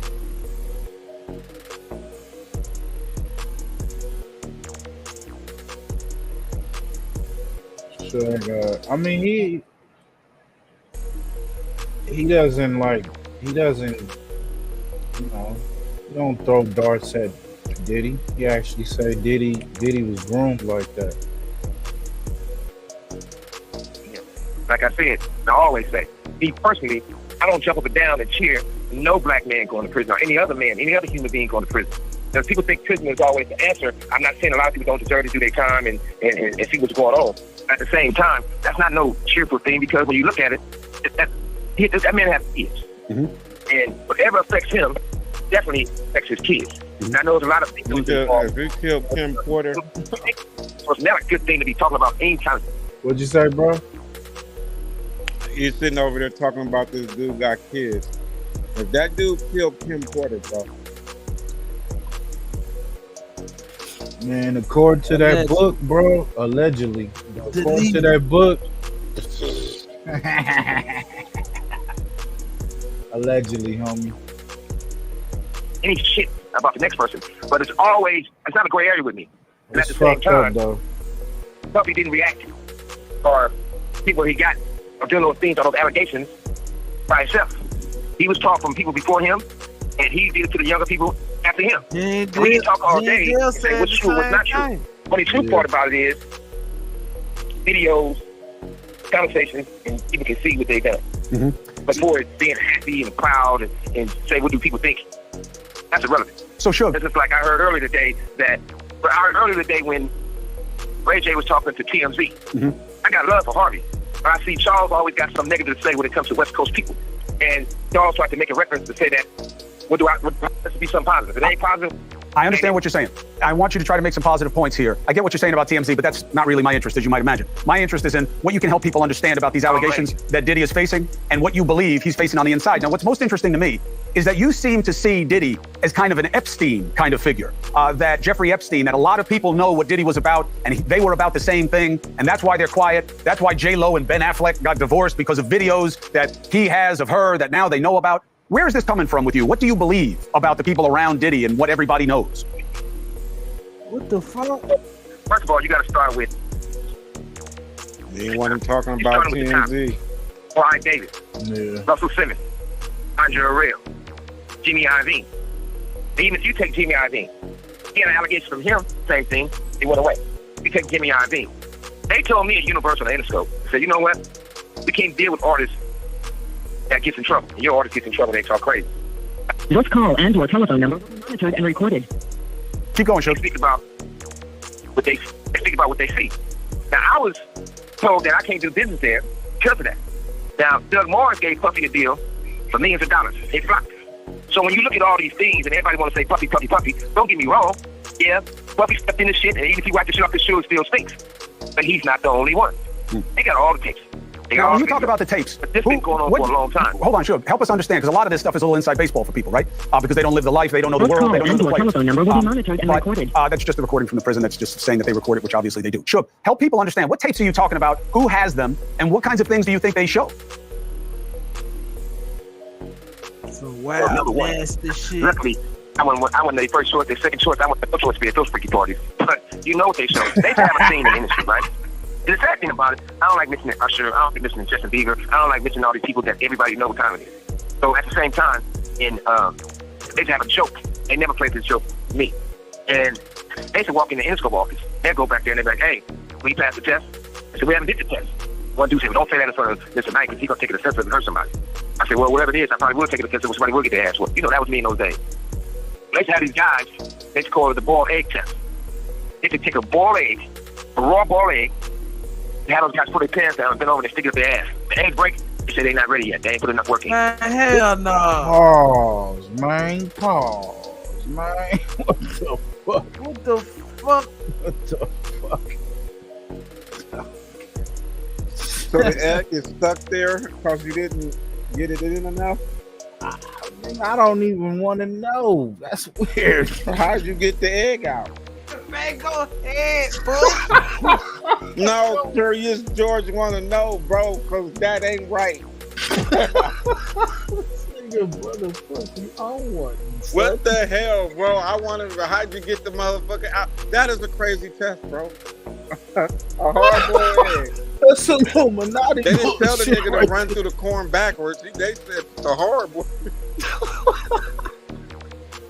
They had those guys put their pants down and bend over and stick it up their ass. The eggs break, they say they're not ready yet. They ain't put enough work in. This is Hollywood. So everybody want to go act like they don't know what's going on. Hold on a second. But Sure. you just look. Sure. All you gotta do is I have never heard of anything like that. So if I haven't heard about it, just assume a lot of people haven't heard that before. But you think it's on video? Let's stop for a second. Go ahead, sure. Listen, and also, have you ever been to any puppy parties? No. You sure they had a long time to think about it. But if you haven't been in those butt naked parties, even some of the preachers been in those parties, and they went on their knees praying for God. See, they're praying for somebody to have come real quick or something. But I wasn't there for this dope. But at the same time, everybody want to look around and act like something going on that wasn't right. It's the facts of life in the industry, not for the people who don't get in. So, everybody, you got to look at it like this. When you see a beautiful woman, or you see a handsome man, and it was like that all their life. Elementary school to junior high school to high school, they forced you to go to college, right? They always knew they had something special about themselves. But you take some of the Hollywood executives or some artists, they might have been the ugly duckling for a long time before they had the teeth fix and lips fix and nose fix, all the work done. Underneath, they still the young with no confidence because they've been that way all their fucking life. So all of a sudden, if you look at puppy old pictures, don't look nothing like his new pictures. You know, shit, they didn't do everything. But sure, just because he has plastic surgery, all I'm saying is, I'm not saying that you're wrong about rich people doing stuff to their face or whatever it is, but that's different than the allegations that are coming down on him. About rich people. I'm talking about the difference. I'm talking about, okay, look at it like this. I look at real. Yo, he missed that whole point. Facts.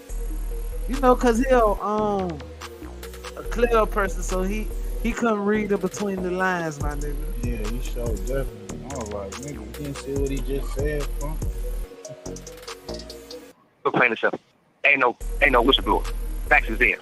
But right now, I don't care if it's T.I., I don't care if it's Rick Ross, I don't care if it's Jay, I don't care if it's Snoop, I don't care if it's Game, I don't care if it's Trey. Nobody's stepping up on the fact that you know what's going on. Nobody's defending him. You You're had right. guys that You heard that, nigga? You know what's going on. Yeah. Facts. Yeah, you know what's going on. So Nancy Grace, man, where she hold no punches. I thought this was funny as hell, but she go in on Puffy and break down this Kim Lost Words. Y'all go check that audio out, that book. That shit crazy. I don't know if it's true or not, but it got a lot of detail in that book. And you come up with a Tupac and Biggie era, a lot of things seem to be, a lot of unanswered questions get answered in that from that book. So allegedly, but you know, this is a real memoir of Kim Porter, and it got some alleged that murders, and they saying that even Diddy has something to do with her demise. Diddy boo-hoo. Sean Puffy Combs behind bars. What is his life like? This as Diddy whines, trying to get transferred to another, more cushy jail. Yes, as charges seemingly mount. Good evening, I'm Nancy Grace. This is Crime Stories. Thank you for being with us. Diddy is... Okay, today, the incredible new iPhone 16 Pro, built from the ground up for Apple, is on the medical ward. So that is allegedly where Sean Puffy Combs is currently being held, as far as we know. But again, I want to highlight that his attorney said that P. Diddy, Sean Puffy Combs, is strong and healthy and focusing on preparing his defense. So reports are a little mixed on that. But yes, he's currently being held in the MDC, which is right behind me, as we know. And we have a former warden, Cameron Lindsay, who is actually on record as saying that Diddy poses as a very attractive target for other inmates in the MDC, saying, quote, to Baby deliver a oil hit gonna on come him out, will be man. Pause. You hear what she said? Oh, shit. During his defense. So reports are a little mixed on that, but yes, he's currently being held in the MDC, which is right behind me, as we know. And we have a former warden, Cameron Lindsay, who is actually on record as saying that Diddy poses as a very attractive target for other inmates in the MDC, saying, quote, to deliver a hit on him would be considered a badge of honor, end quote. So Diddy is in quite a hairy situation, whether he is on suicide watch or just surrounded by other inmates. Doesn't seem like it'll be going too well for him inside the MDC anytime soon. Joining me at the MDC Metropolitan Detention is Senator Angelica Martinez. Angelica, please stay right there. Interesting that Sean Combs' lawyer is worried about him being a target of a hit. I just finished Diddy's former fiance, now deceased, Kim Porter's book, Kim's Lost Words. Now, this has been published recently, posthumously, after she died, and it details a lot about Sean Puffy Combs' sex proclivities. Don't care. What I care about is forcing sex on other people, and even more important, ordering not just the hit on Tupac Shakur, allegedly, but also the hit on Tupac Shakur in an elevator where he was shot, before he was shot and killed. He survived that hit. And according to Kim Porter, if this is to be believed, the attack on Big, the notorious B.I.G. Biggie. Is this real? Now, tables have certainly turned. Now, his lawyer is worried about him being the object of a hit behind bars. Straight out to renowned psychoanalyst Dr. Bethany Marshall joining us, author of Deal Breaker. You can see her on Peacock. Dr. Bethany, thank you for joining us. The tables have turned, and I am not in any way condoning more violence. That motherfucker But like a man. this is quite the comeuppance to be concerned about a hit by an unknown man behind bars when, according to his fiance, he was the one ordering hits.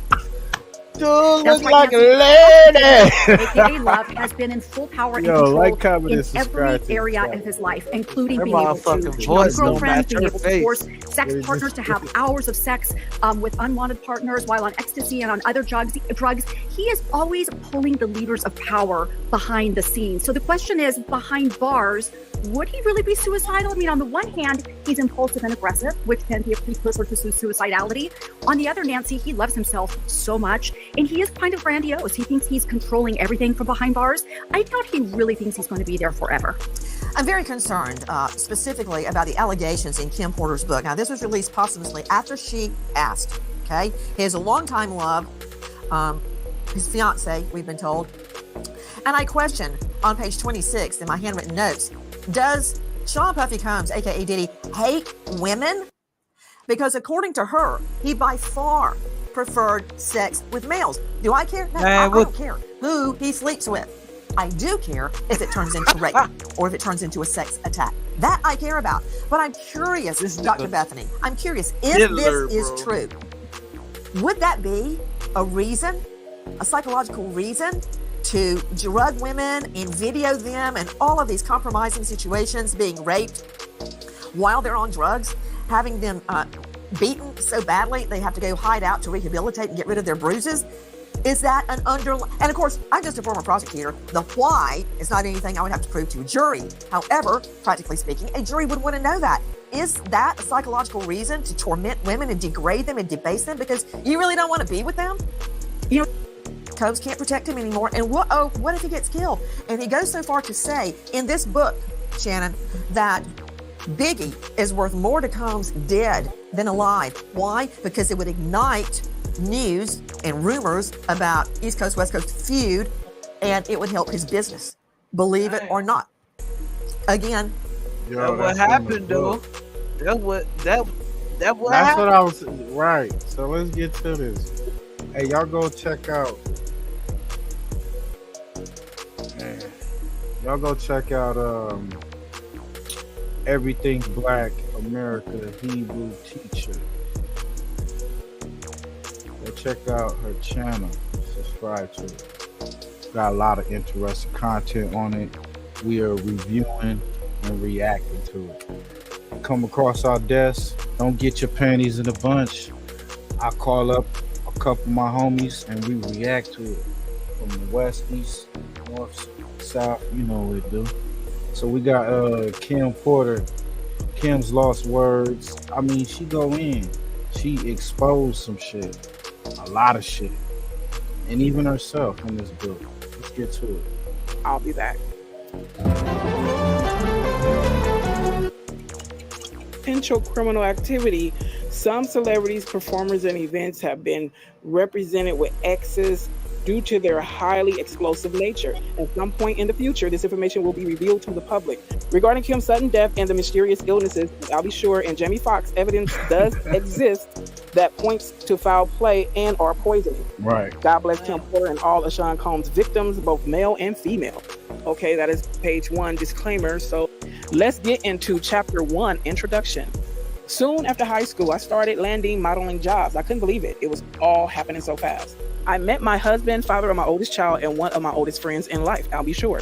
It was a whirlwind romance. I was only 19 when we married, and no, it didn't work out. Al is still one of my best friends to this day. Our son, Quincy, is such a talented and wonderful young man. At that time, I had no idea my relationship with Al was going to introduce me to the man that I would spend the better part of my adult life with, a man whom I would love and cherish, but eventually fear and hate. I don't want to put the cart before the horse, but I will say, although I knew what was going on, I turned a blind eye many times. Here I have to tell this truth. Unfortunately, because deep down I knew everything that was happening, but I lied to myself a lot. He was so charming, a wolf in sheep's clothing, a devil, and I fell for it. This story must be told despite the fact it will hurt my children. I cannot hide it any longer. Sean Combs must be stopped. Chapter 2. Humble beginnings. I was born to loving parents Jake Porter and Sarah L. Porter in the peach state of Georgia. All through Columbus High School, when I graduated in 1988, I knew I was going to be famous. In the 10th grade, one of my best friends, Tina, said to me, "You won't make it here in Georgia." I knew if I really wanted to be famous, I would have to leave my hometown and my home, Georgia. That conversation was so important, so I look back now. He said it would only be this one time, and he was just curious. It didn't happen. I mean, okay, I was a little bit of a freak that can charm you like, man, he is so cool, until he lets the demons out. Let's continue. He and Clive would hang out a lot, but I didn't think anything of it. I mean, that was his boss, and he was doing things bigger than most men dare to even dream. I did a video talking about Clive and the other men that mentored Diddy, and you guys should check it out. I think I'm going to put it in the description of this video. Then it happened. I mean, okay, I was a little bit of a freak. I really enjoyed myself with my partner. And toys are one thing, but I never imagined having a man I was dating asking me to use a toy on him. The first time he said he just wanted to experiment, try something new, I was grossed out, but he kept begging. He said it would only be this one time, and he was just curious.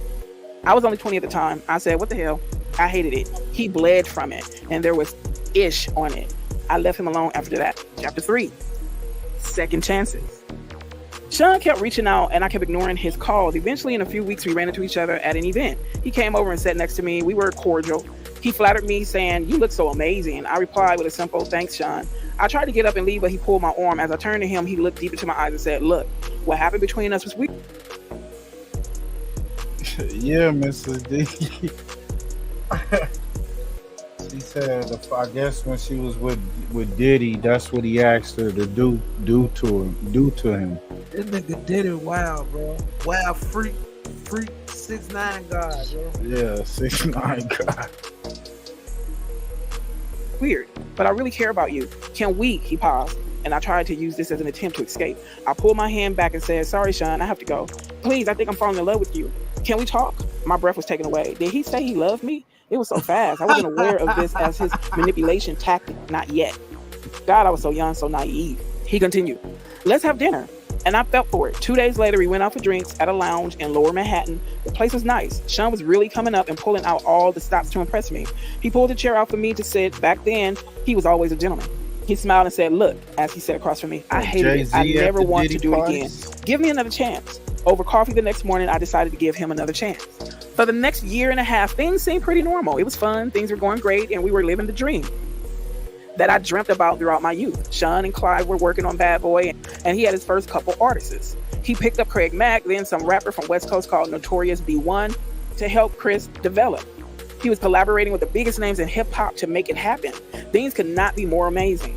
Then he asked me to do it again. It was insane. Sean said, "Baby, I can't stop thinking about it." "What the hell are you talking about?" I responded. Sean continued. Pause, nigga. This nigga did it, bro. But man. Hey, like I say. Mississippi G. That's the problem. He didn't have no problem with the pain. Yeah, man. Yeah. That nigga Nasty Nate from Half Baked. Nasty Jungle of Love.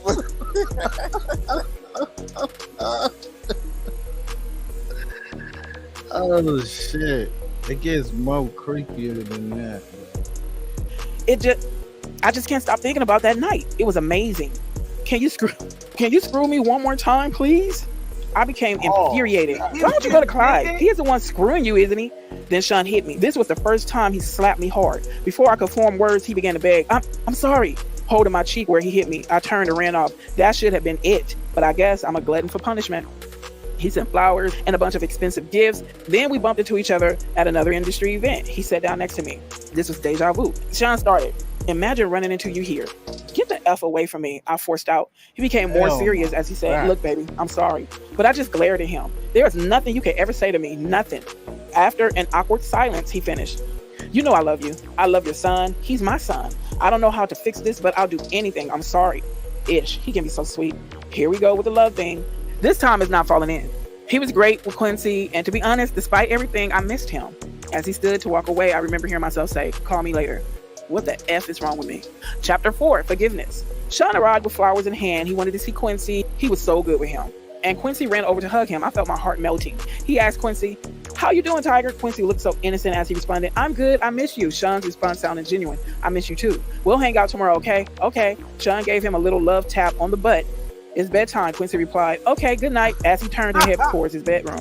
Here was the man I fell in love with, but what was I thinking? Ish, not only does he want butt plugs, he slapped the ish out of me. So why am I still talking to him? They say that love is blind, but is it stupid too? As Quincy left, Sean looked at me and smiled. "Baby, let's go have some fun. The babysitter's on the way. I just want to show you a good time." I was so mad at myself for melting as I said, "Okay." We sat on the couch laughing and genuinely having a good time when the doorbell rang. The babysitter had arrived, and so we left. As we exited the house, a big man climbed out of the limo and opened the door for us. He wore a sharp suit with a gun noticeably tucked under his arm. I thought to myself, he could have made it invisible. Or did he want me to see it?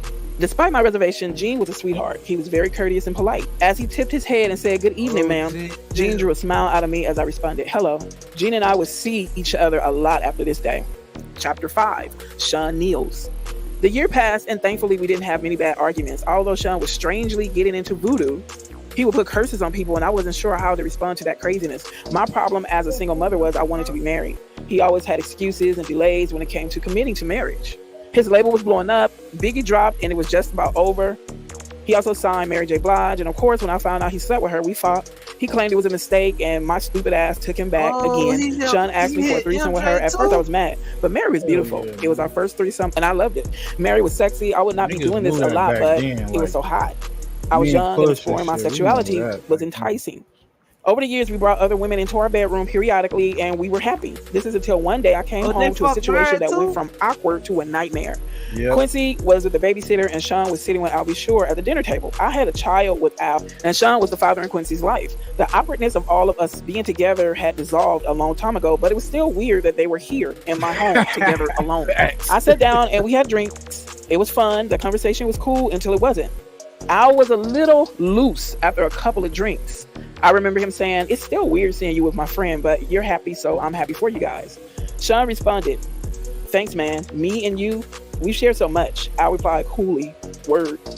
The conversation took an odd and awkward turn when Sean said, "We all been together sexually, but not together." I was shocked for a moment. As quietness lingered in the room, I asked, "What do you mean by all together?"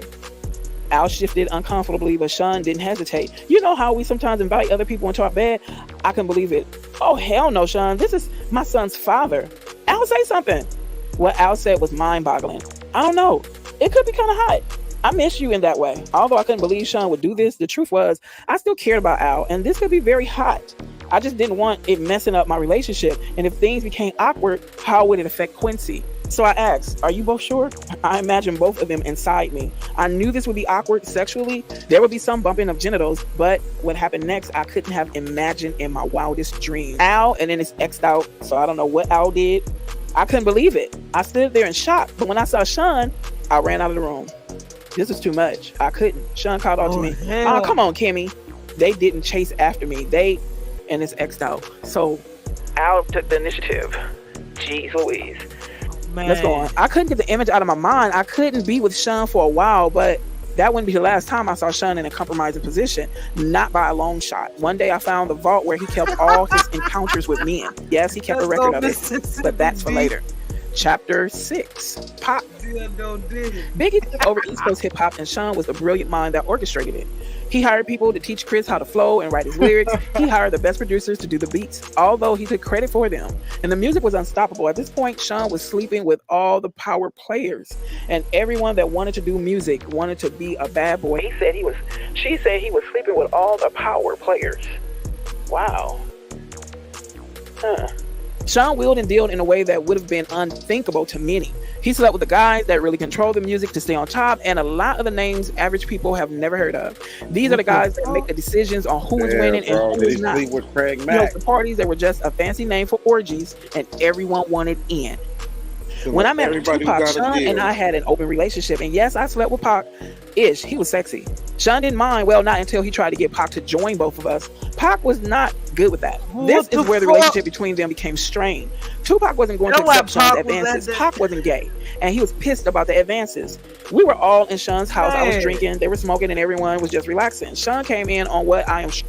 He slept with the guys that really control the music to stay on top, and a lot of the names average people have never heard of. These are the guys that make the decisions on who is winning and who is not. He hosted parties that were just a fancy name for orgies, and everyone wanted in. When I met Tupac, Sean and I had an open relationship, and yes, I slept with Pac-ish. He was sexy. Sean didn't mind, well, not until he tried to get Pac to join both of us. Pac was not good with that. This is where the relationship between them became strained. Tupac wasn't going to accept Sean's advances. Pac wasn't gay, and he was pissed about the advances. We were all in Sean's house. I was drinking, they were smoking, and everyone was just relaxing. Sean came in on what I am sure he would call a smooth. What do you say, Tupac? What Tupac say? Puffy, you and I know what's going on. Bitch, payback. I know you bitch niggas from way back. You know what I'm saying? So, I don't know. Y'all put your own conclusions. Y'all need to come to your own conclusions. Approach. My baby is bad, isn't she? Pac threw me a sly smile. Hell yeah. I felt myself blush. Sean was now in full swing. You think you hit it better than me? I couldn't believe he disrespected me that way. I was not playing with my response. Sean, what the F? Pac came to my defense. Damn, bro, you ain't got to do the sister that way. Tupac appeared upset behind Sean's words, but Sean went in for the kill regardless. I think my dick's bigger than yours. I bet I could make her come faster than you. What's up? Pac was appalled. What the F are you talking about, nigga? I ain't trying to run no effing train, Sean continued. What you scared of? Let's see who F's better. Let her be the judge. Yes, at this point, we have been inviting others into our bed for a while, but I'm not used to and will not stand for disrespect. I wasn't the only one upset. Pac shouted, nigga, you talking about pulling your effing dick out? Sean was undaunted. What, you scared? Tupac simply left. Things were contentious since then. The two could not be in the same room. Pac avoided me as much as he did Sean. When they did bump into each other, the tension was palpable. It felt like blows could be thrown at any moment. Months passed with only the tension between them. It was uncomfortable, but nothing life or death. Then one day while we were in the studio, it happened. I walked into Sean's office and he was having the conversation. Sean sat across from Jimmy Henchman. Pac don't leave that effing studio alive. I don't think I was supposed to hear it. I continued as if I didn't. Hey Sean, good morning. Jimmy, they didn't seem to think I heard anything. I'm ordering breakfast. Smiling, Sean replied first. Let me get eggs, sunny side up with grits and orange juice. I could see he was hung over. Good. I don't want him knowing I know anything. If he just put a hit on Pac, knowing something could be dangerous. Jimmy, apparently not hungry, said, nothing for me. As he stood to exit the room, he said, Sean, let's make that happen. Then nodded to me and said, Kim, always a pleasure. With a wink to me and a nod to Sean, he turned and walked out. Jimmy was a part of our intimate circle. I went on as if nothing was happening. I'll make the call now. I smiled as I left, hoping I wasn't white as a sheet. I wasn't in the studio that night. Pac arrived being shot, thank God. From what I understood, Sean and Chris saw Pac at the studio after he'd been shot and did nothing. The way God worked, after being shot, Pac made it to the elevator and tried to escape, but it stopped at the floor Sean and Chris weren't on. When the doors opened, they saw him lying on the elevator floor, riddled with bullets. The fact that they didn't call an ambulance, although they saw Pac lying there swimming in a pool of his own blood, would be all the evidence Pac ever needed. He, of course, assumed they placed the hit, and Tupac is a soldier. This is not something that will be unanswered. Pac didn't do well. He lost a testicle, but he survived. It was orchestrated, and Sean Puffy Combs was the orchestrator. Chapter 7, Threats. At this point, I knew I had to get away from him, but I was scared. He is going to take my life if I try to escape. One February evening, I thought I found my opportunity at dinner after an event. We were at a ritzy restaurant in a private booth. It was an exclusive setup. We were alone, but we were in public. Perfect. Sean was on the phone talking to an unknown listener as he sat down. His words on that call will be etched into my mind forever. We're going to release Who Shot You now. He waited for a response, then went on to say, of course they're going to think Big was talking about Pac. That's the whole effing point. Nobody would give a F about a diss track against LL. Effing Cool J. Do you know how much money we'll make with this? All right, check this out. Wow. If you know about that record, Who Shot You, that was Biggie making a response to El Cool J. You know what I'm saying? Yeah. It wasn't a song to Pac. That song was made way before Pac got killed. I mean, got shot at. You know what I'm saying? In the car studio. So, I don't know. It just kind of seemed with the timeline or whatnot. But let's continue. I ain't gonna play this whole thing. We're gonna probably come back on the next show or whatever. You know, try to do this 2-hour thing. So we're gonna go with it. Let's get it. Kind of rap beef. Niggas battling after someone really got shot. This may not be the best time for this conversation. Sean was finishing up. We drop that shit tomorrow. He listened to the phone, then responded.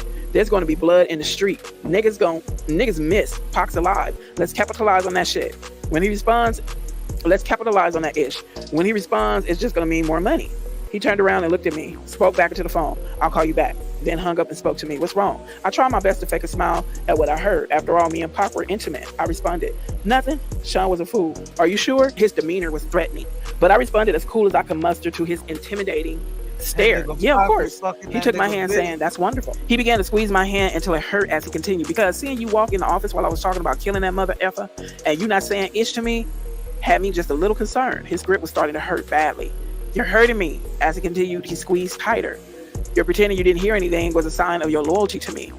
Not something I should be concerned with, right? I had no choice but to give him the answer he wanted. I knew I was trapped when I responded. Of course, I'm loyal to you. He let me go as he responded. Good. And remember, I'm the big dick. I snatched my hand back in pain. He smiled and said, "Let's start with a good wine." He That snapped what his he fingers walk and his around favorite wine was saying? poured He for the him. big dick? They knew what Sean wanted, and what he wanted, he got. I'm trapped. Now isn't the time for me to launch my escape plan. I have to be strategic. It's going to be big glamour, the lifestyle. I mean, this man just snapped his fingers in one of the most exclusive restaurants in New York City, and they poured his drink of choice. So did it. Bottle So of did wine it. is So $8, did it. and this is in 1994. The list to get in this But place Diddy is 6 said months it, long y'all. if it's somebody. Mayor Giuliani has a table here tonight. Also, if I got up and walked out, I would be safe. But what about tomorrow? I had to think. He sipped his wine and smiled. "You're not drinking?" He pointed at my glass. And of course, a waiter filled it. They knew what I liked as well. Sean has a bad temper. He yells sometimes, and okay, he's roughed me up once or twice, but he never punched me. He never bruised me. And he never hit Quincy. I would not have stood for that. He never laid a hand on my son. At that time, I never thought of him touching Quincy in any way. Then the significance of what he said hit me. Is he mad at Tupac over me? I'm the big dick? Oh my God. The last time he put his hands on me, it was because I enjoyed Jamie Foxx too much. Ish. He enjoyed Jamie too. He gets so insanely jealous. It's not the Oh, whoa. We not going to smooth over that. Whoa. Jamie. Jamie. Damn, Jamie. Damn. The Riddler struck again. The Diddler struck again. Bad temper. He yells sometimes, and okay, he's roughed me up once or twice, but he never punched me. He never bruised me, and he never hit Quincy. I would not have stood for that. He never laid a hand on my son. At that time, I never thought of him touching Quincy in any way. Then the significance of what he said hit me. Is he mad at Tupac over me? I'm the big dick? Oh my God. The last time he put his hands on me, it was because I enjoyed Jamie Foxx too much. Ish. He enjoyed Jamie too.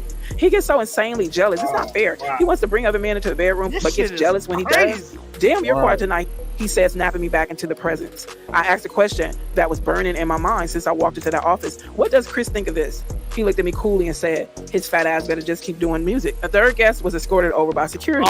Sean motioned for him to sit. A waiter walked over to Sean Carter and asked, "What? Would you like something?" Carter responded, "No, thank you." Then said, "Hello" to me. Then said hello to me with a smile. Smiling, I replied, "Hey, Carter," and took a sip of my drink. The Seans may share a bed together from time to time, but thankfully, I was never asked to join. Carter went on to speak to Sean. "I thought we were meeting in private." Sean replied with a nonchalant shrug. "I had to discuss something with her. It's fine. Go ahead." He wielded this kind of power. Carter shifted uncomfortably in his chair before continuing. "It's true. Chris and Pop were about to start their own label." Sean slammed his fist against the table, shouting, "Doesn't anyone have any effing loyalty?" That's another point in the book, because that was the rumor. You know what I'm saying? That they was gonna start. Was where that bad boy. I mean that. Damn. Pac definitely was gonna start his own label. Yeah. And they was cool with each other, Pac and Biggie at one point. It's crazy, y'all. Oh God. And that's what I was thinking about Mississippi D. Jamie Foxx was acting like Wanda with Diddy. Right.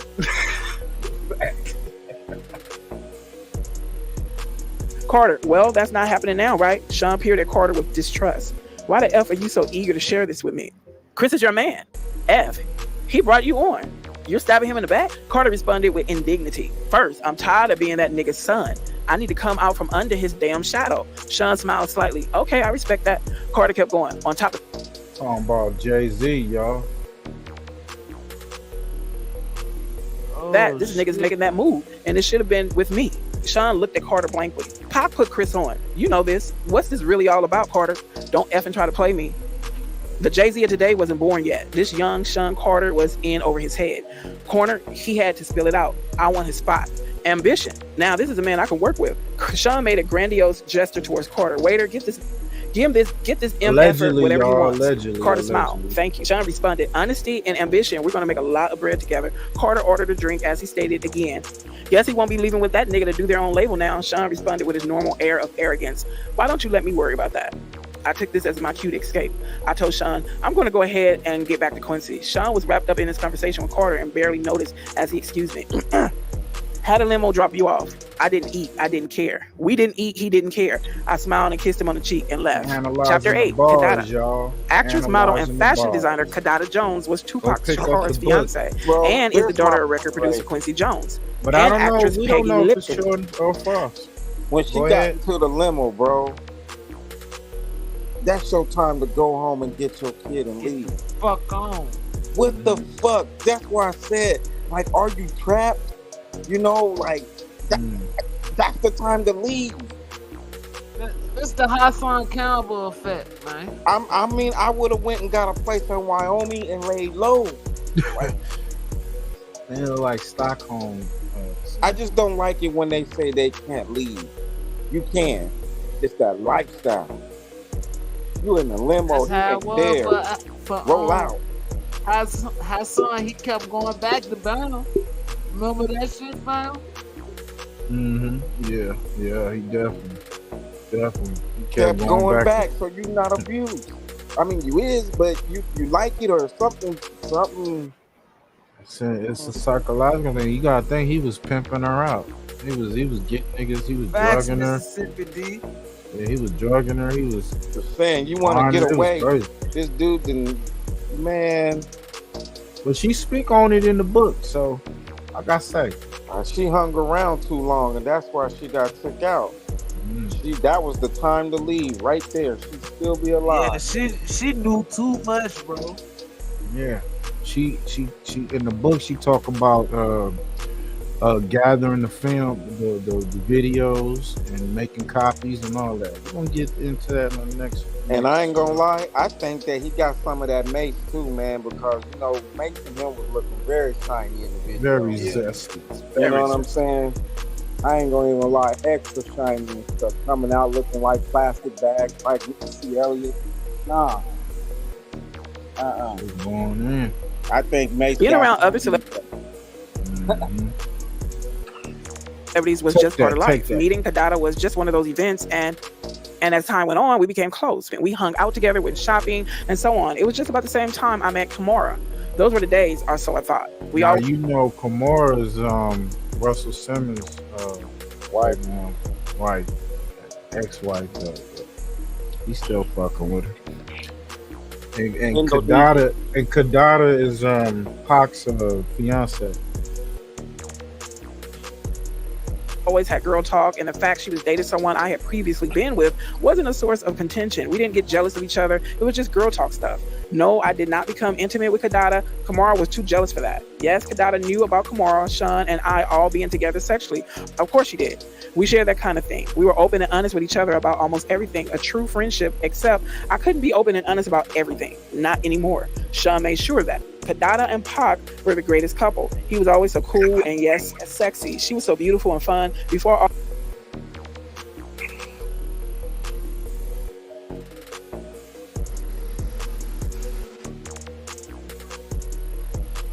wow. the tension and beef, we used to all hang out together.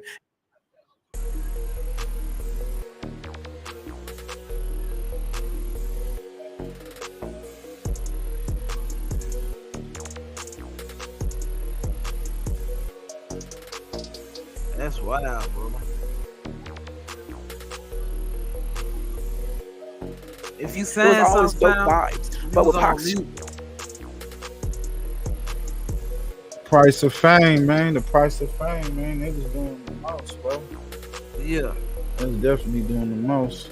All sharing each other, all that type of shit, all that debauchery going on behind the scenes.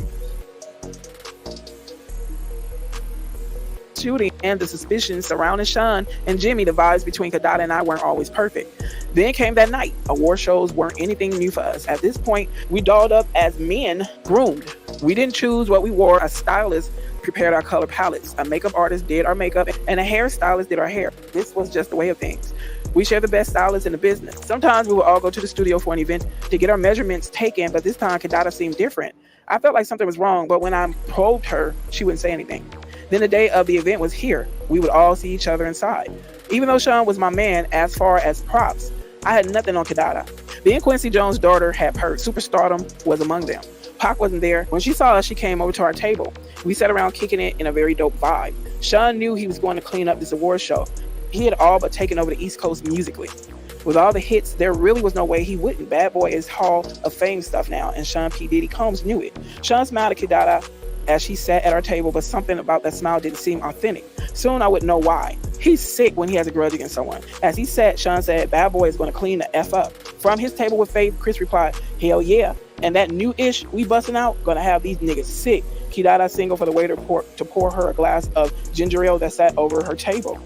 As the waiter refreshed her drink, she said, Pac's music gonna get some love too. Sean grimaced. Oh, come on, Sean. I know y'all got your differences, but you have to admit the man makes great music.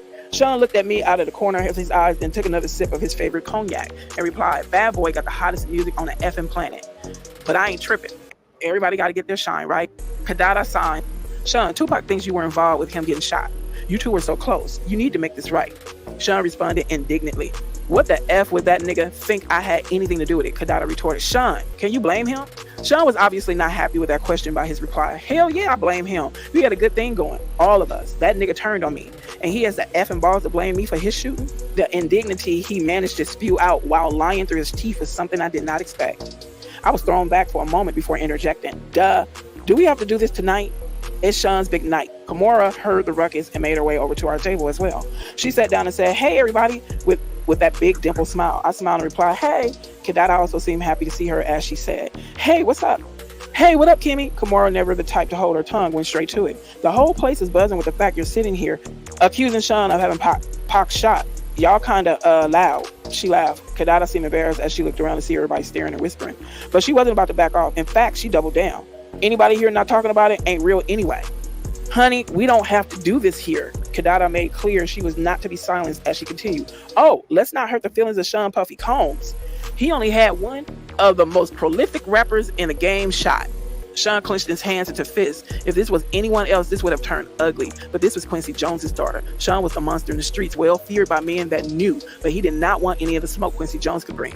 Kidada could continue with impunity. Sean could not touch her. Christopher and Mary, both wanting to defend the super producer that made them famous, both started to stand and make their way over to the table. But Sean signaled them off with a firm motion of his hand. They remained in their seats watching helplessly. Kidada seemed to be on full rampage. You're not safe in the streets, Sean. You think you're untouchable? Kimura seemed almost red in the face when she grabbed Kidada by the hand, saying, I gotta go to the restroom. Kidada, not willing to stop, snatched her hand away, yelling, let go of me. Kimura needed her to get a grip and said sternly, speaking to a child mid-tantrum, die. Kidada turned to her and yelled, what? Kimura nodded toward the crowded room, and Kidada looked around. Here she deflated slightly. Kimura, now in control, spoke firm but softly, let's go powder our nose. Kidada nodded with a grimace and gave a sharp look back at Sean as she walked away. As attention slowed, let's go powder our nose. Chowder hour. Let's go powder our nose. A little bit of that. Yeah, sloppy hitman. Damn. Man. Quincy Jones' daughter know. I mean, damn, bro, the streets is supposed to know. slowly melted away. I asked Sean, you okay? Sean didn't reply at first. He looked around, saw that no one was really paying attention. Now that the ruckus had died down, and stood to get the picture of ginger ale from Kidada's table. He poured himself a drink from it, looked around again, saw no one was paying attention, and put the pitcher under the table. What was he doing? Then I heard the distinct sound of liquid being poured into the liquid. Oh my God, is he peeing in the pitcher? He smiled at me as he brought the pitcher back from under the table and finally replied to me, I'm good. He then stood and returned the pitcher to the table. I was in awe. I knew he had a bad temper, but this was disgusting. I'll never eat or drink something after we have an argument again. Kidada and Kumar made their way back to Kidada's table to sit. As Sean watched on quietly, Sean made small talk. Which songs do you think they'll give me awards for? As Kidada poured her drink, Sean's bodyguard made his way over to the table. I think he stopped her from drinking as everyone else just sat and watched. Gene risked in curing Sean's rap, if I'm right. Relieved, I replied, babe, your catalog is crazy. It could be a lot of songs. Sean glared at Kidada's table the entire night. Going back to Cali, we had a wild night. It was after one of Sean's infamous parties. Everyone was there, and we not only had threesomes, but we also swapped partners. Our sex life was crazy, but I got to do things with Sean I would never have been able to do with a straight man. Right. A straight man. Let's continue. Sean cared about me, but it was becoming more and more obvious that he preferred men. I was beginning to think I was there more to cover his wild desires than because he really wanted to be with me. He was like Caesar, every woman's man and every man's woman. But truthfully, at that stage, I was becoming okay with it. I woke up and left the bedroom where Illuminati want my mind, soul, and my body. Secret society trying to keep their eye on me. Come on, bro. Hey. I was with Jada Pinkett, and Sean happened to be coming out of the bedroom. Wait a minute. I woke up and left the bath, if I'm right. Don't let that smooth over, babe, your y'all. catalog is crazy. It could be a lot of songs. Sean glared at Kadala's table the entire night. Going back to Cali, we had a wild night. It was after one of Sean's infamous parties. Everyone was there, and we not only had threesomes, but we also swapped partners. Our sex life was crazy, but I got to do things with Sean I would never have been able to do with a straight man. Oh, she said a straight man. Let's continue. Sean cared about me, but it was becoming more and more obvious that he preferred men. I was beginning to think I was there more to cover his wild desires than because he really wanted to be with me. He was like Caesar, every woman's man and every man's woman. But truthfully, at that stage, I was becoming okay with it. I woke up and left the bedroom where I was with Jada Pinkett, and Sean happened to be coming out of the bedroom. Wait a minute. I woke up and left the bedroom where I was with Jada Pinkett, and Sean happened to be coming out of the bedroom with his XX'd out and Will Smith. Yes, XXX attended the parties from time to time. I could see him and Will kind of snuggled up on the bed together. I was grateful I wasn't asked to join in that room. I didn't really like Sean smiled when he saw me. Good morning. Here at the orgies, he wasn't very affectionate. He didn't have to pretend, but he couldn't walk straight. I knew how his ass felt literally. We had sessions playing with each other's anal cavities. I want to be home before Quincy woke up, so I told him I'm going to get ready. He responded, let's have a cup of coffee first. This meant he wanted to talk. I didn't know what it was about, but in situations like this, I didn't really have a choice. He was becoming more violent when he didn't get what he wanted, and I didn't really want to fight. So I sat down, but before we started talking, XXX came out of the room. Sean was wearing boxers. X was in his birthday suit. X addressed me. Morning. When he turned around in order to close the door, there was a dried cum stain on his back. X walked over, pulled a chair out to sit down next to us, and lit up a blunt. Who is this X, dude? Is this DMX? Sean stretched, smiled, and said, this East Coast, West Coast beef is more lucrative than I thought, but it's getting dangerous. X responded, surprised. Business first thing in the morning? Damn, cuz, you own it. But you know you don't got nothing to worry about. You got a pass, daddy. X smiled coyly. Sean apparently had something to talk about with X as well, because he said, Bro, is that DMX? I don't know. There's only one nigga XXX. Nah, hell no. It ain't Tenacious, bro. It ain't Tishion. I think.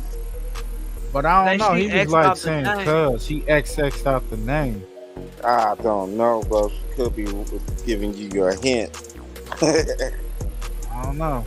It gets a little bit more.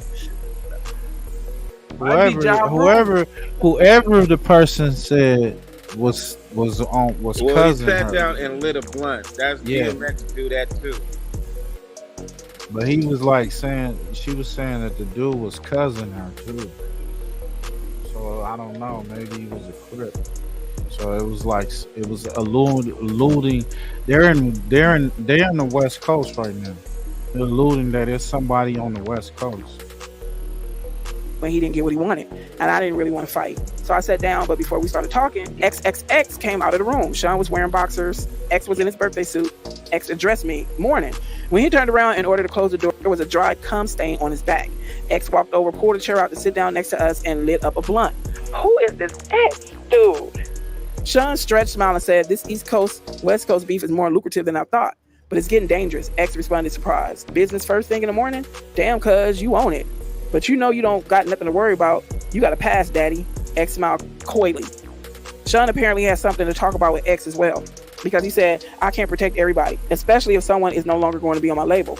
It was apparent X wasn't taken aback by this turn of events by his reply. Sean, are you saying what I think you're saying? Sean continued, it's taxing on my resources to protect people. Someone that isn't 100% of my team can't be 100% of my protection. What the hell is going on here? What does Sean want from me?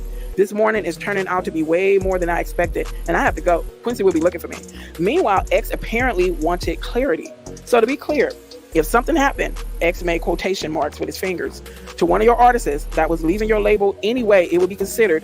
He makes another set of quotation marks out of your control. Is that what you're saying? Wait a minute. Can they be talking about Biggie? Is Sean saying he won't protect Biggie? At this point, I was too young, too naive, too hungover to understand that this was not a lack of protection. This was a hit. Where did this come from this morning? But an older, wiser me understands now what I did not comprehend all these years ago. Sean was just getting to the real reason that he had X there. The world was about to lose Biggie. X laughed. You a cold mother effer. Sean said, why the F should I protect someone that isn't going to stick around? I made him. That nigga should be worshiping the ground I effing walk on.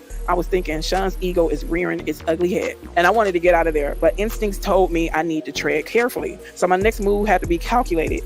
I don't really want any part of this, not even implicitly, but I was just dragged right into the middle of it. If what was happening here ever comes out, will I be held as an accomplice? But even as those thoughts crossed my mind, I couldn't just pretend this was okay. So I said, but Sean, he hasn't left yet. They're just rumors. Are you going to let him die because of some rumors? Sean glared at me, the anger in his voice obviously stemming from hurt as he said, I know when I'm being betrayed. I'm not killing anyone, but I'm not protecting somebody that doesn't have my back 150%. F that.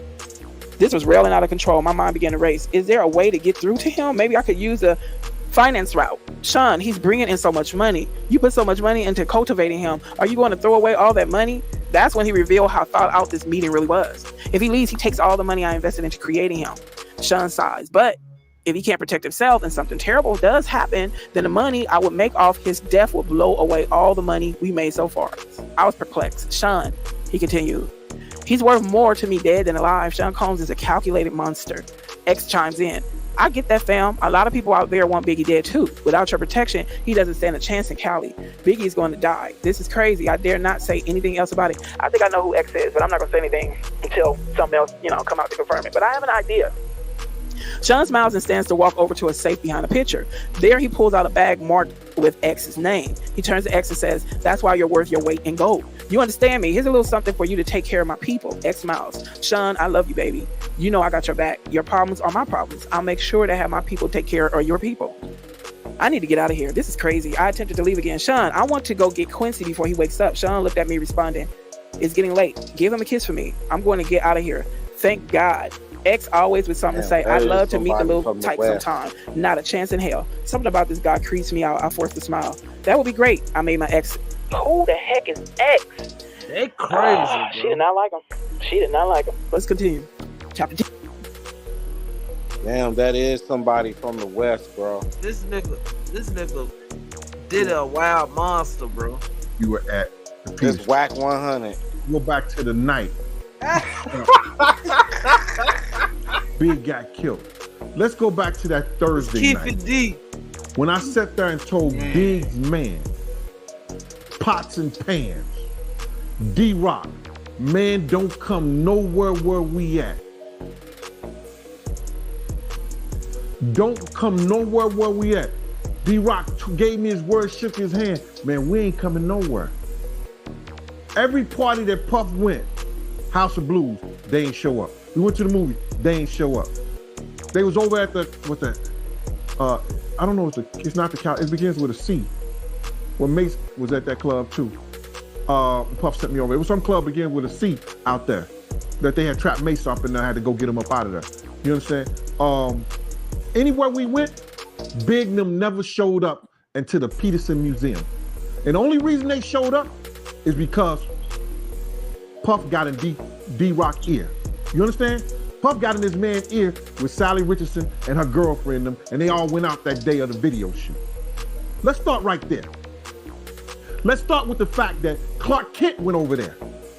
The night in which Big was went to the Peterson Museum, Clark Kent that I had no knowledge of, brother. I had no knowledge of this until he got on somebody else's platform and spoke about it. He said, asked Big what he was doing that night because he was supposed to go to London with Big.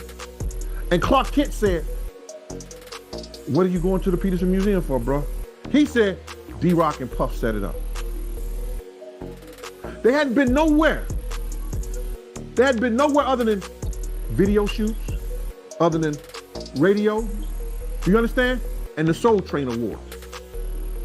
They wasn't going out to no party, no clubs, and no hip hop scene. They wasn't doing none of that, brother. But that one particular night they go out, and it was because of Puff and D-Rock. Clark Kent said that shit himself. I've been saying it for years, but everybody was saying, I'm capping. Nah. What do you call Clark Kent? Is he capping? He's a vice president of a record company. You understand what I'm saying? He was DJing for Big. Is he capping? All these people should smack themselves, brother. Because what happened is, when people hear the truth, they can't believe it. Why? They can't understand it. But it happened. We couldn't have done nothing because there was no we. There was no we out there. Big had a security, Paul offered, Reggie Bullock. Puff had me and Kenny. We was down 6 to 8 other men. Fuck we gonna do? And there's 23 people in the entourage. And none of them got no guns. You don't go Cali empty-handed.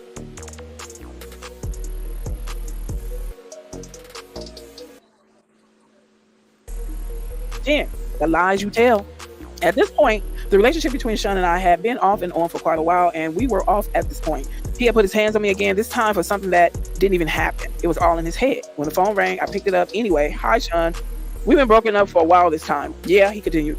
I don't want anyone to know about mine. He paused to search for the right word. Proclivities. I replied. So you don't want people to know about you being gay? Sean exploded. See, that's why I effing lose control on you. So I just plainly stated, goodbye, Sean. Wait, he screamed. What, Sean? I'm sorry, okay. You're always effing sorry. He took a deep breath. I have to do something to cover myself. I sighed. Do whatever you effing want, Sean. When you see this is in the news, it's not real. This made me calm down a moment. What could he be talking about? He continued. I'm only doing it for the press. Doing what, Sean? After a long pause, he continued. She knows what this is. She is just pretending to cover me. Sean, what the hell are you talking about? Another pause. Publicly, I'm going to be dating someone else. A video girl? I laughed. Why would you do that? I have to cover myself. I was getting mad. I was actually angrier at myself more than at him. Why was I getting jealous? I was sitting there actually comparing myself to video vixens in my mind. They are thick, but look at my body. Did he prefer some light-skinned, big butt girls from videos? I called myself, no. I know he likes men any damn way. As I regained control, I asked, why the hell are you telling me? He sighed. I wanted you to find out for me first. Like I give a ish. He came at me with his favorite line. You know I love you. It was getting old. I could only think to myself, here we go. Love is a big, strong word. I'm tired of him throwing it around and using it when it fits his needs. He's using it while he's sitting here telling me about dating someone else. I replied, you don't hit people you love, Sean. Love doesn't hurt. He sucked his teeth as he responded. Come on. Are you serious? That shit's for children. We aren't in effing high school. Sometimes things happen. That doesn't mean I don't love you. I wouldn't hit you if I didn't. Wait, that sounded wrong. You said exactly what you meant. He took a breath. There was an awkward silence. The fact I was still on the phone and waiting for him to speak meant he had the power. He was more cautious as he continued. He didn't want to lose that power. Kim, no one that I don't care about can bring that kind of emotion out of me. I wanted to say, is that how you talk to dudes after using butt plugs? But there is a line I dare not cross. Instead, I said, you say that while you're dating some other itch.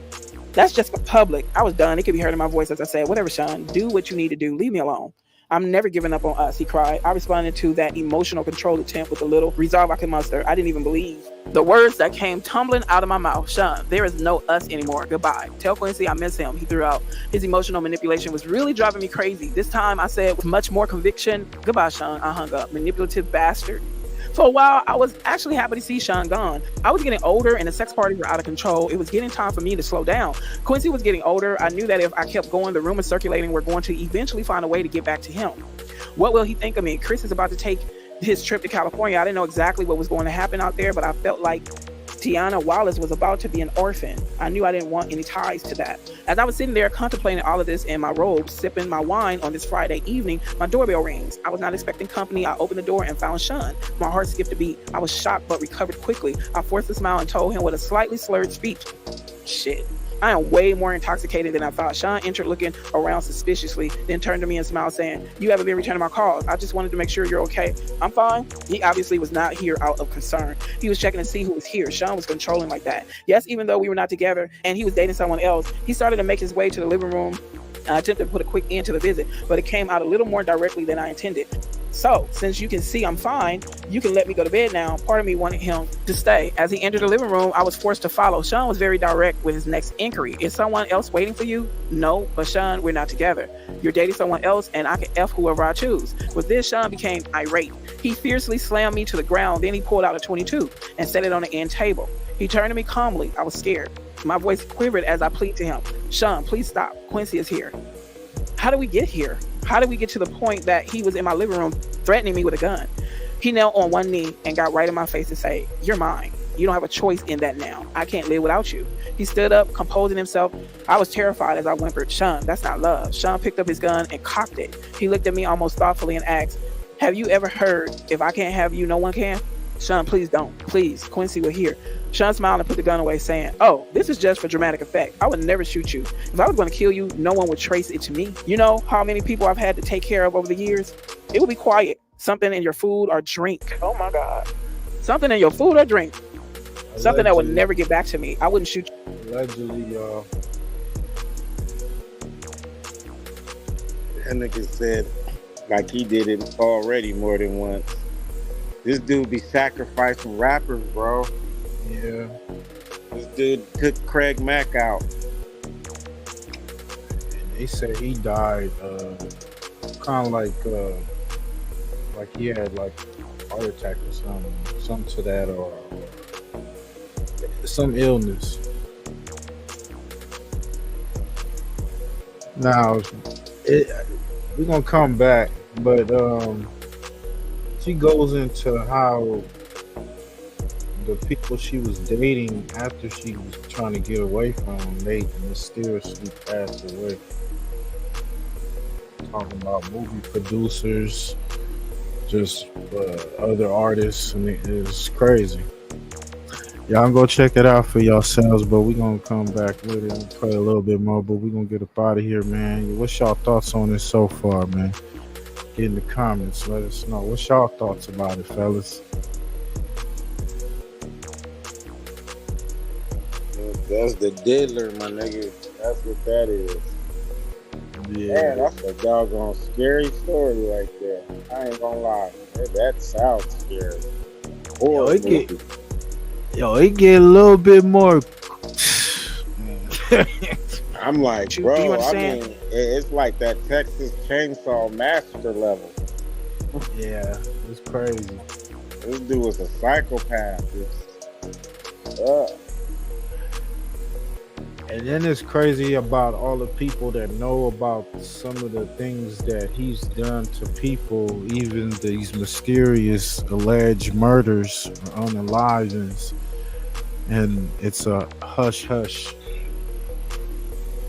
So I think he pissed somebody off, a higher up.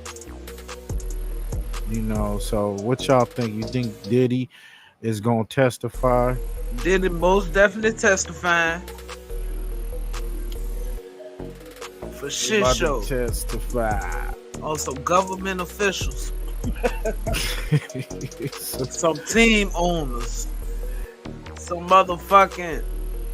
Cause she was saying he was messing around with power players, male, and like power higher ups, people who make the moves, make the industry move.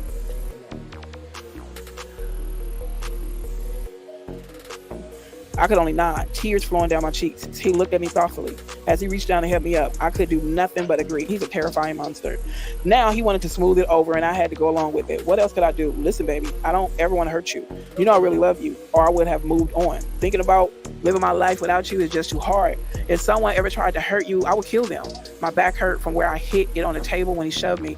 All I could do as he held me up was nod that I understood through my streaming tears, which he wiped. He looked toward Quincy's room. Let me say goodbye. No, Sean, please. Thinking quickly, he has to get up in the morning. Sean looked at me with an unreadable look. He was studying me. Okay, I'm gonna go. Nervously, I walked him to the front door. This is over, thank God. He kissed me. I didn't want him touching me, but I couldn't refuse. Kiss Quincy for me. I tried to keep my composure as I replied, sure, Sean. He opened the door to leave. The bodyguard that was waiting outside escorted him to the car. This was far worse than I realized. Why would he need a bodyguard at my front door? How was he anticipating this go? After I shut the door, I had another drink. For tonight, the nightmare was over. I sipped on my wine and cried. The next few days, he sent dozens of flowers. He brought Quincy expensive toys. He didn't want me. He wanted me to keep it secret. I'm trapped. He has authorities under his thumb. I can't go to them. This is like a gangster movie. How high up does his power go? How far is his reach? The FBI, the CIA? Who is not corrupted or who won't be silenced by their upper chain of command? Can anyone help me and my child? He found his way back to my bed. I had no choice. Chapter 12, A Mama's Love. The calamity that ensued between the death of Biggie shook the East Coast. It rocked me as well. Sean could have stopped it. He was complicit in it. He was a contributor. He knew it was going to happen and didn't stop it. This was his friend. No, they were not nearly as close as Sean would have the public believed, but still. As far as Sean was concerned, we were great. To the public, we were just having the off and on relationship of a normal couple. And I probably just seemed like a money hungry hoe. But the truth is, I just got used to not having a choice. Today, I recognized it for what it was. Stockholm Syndrome. I was at his beck and call and had become comfortable with it. Quincy had everything he could ever want, with the exception, of course, of a normal parental figure. That is why this chapter is so powerful for me. A mother's love is so real.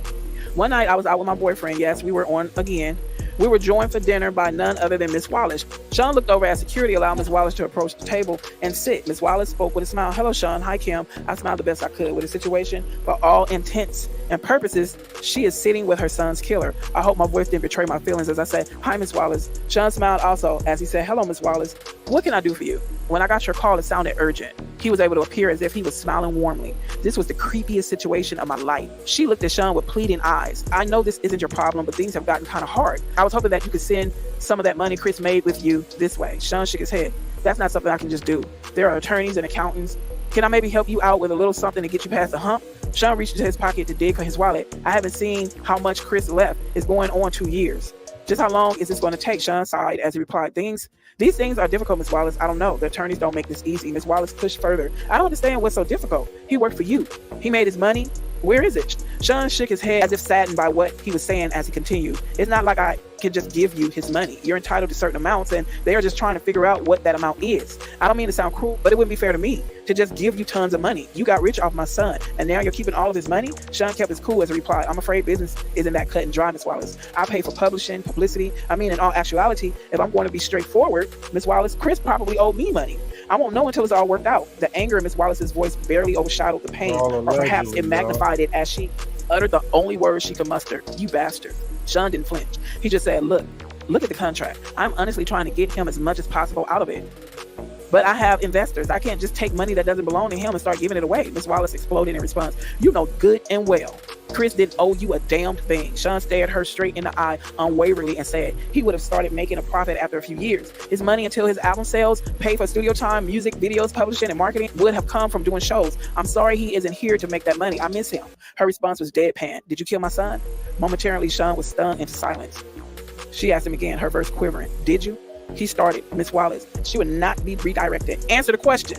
I was not used to seeing Sean on the defensive. "No, of course not." She looked at him with spite, the anger in her voice enough to send shivers up my spine as she replied with a menace only a mother can. "I don't believe you, Sean." Sean looked at her with a sadness that I knew in my soul to be fake. Although looking at him without context, anyone would believe him as he replied, "I'm sorry to hear that."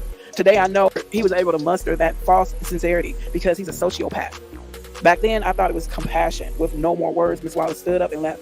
Sean watched her exit with disbelief, not knowing what to do. I placed my order. Dinner that night was long and silent. I feared for Miss Wallace's life. Sean is most dangerous when he feels threatened. It's like he has an animal mentality.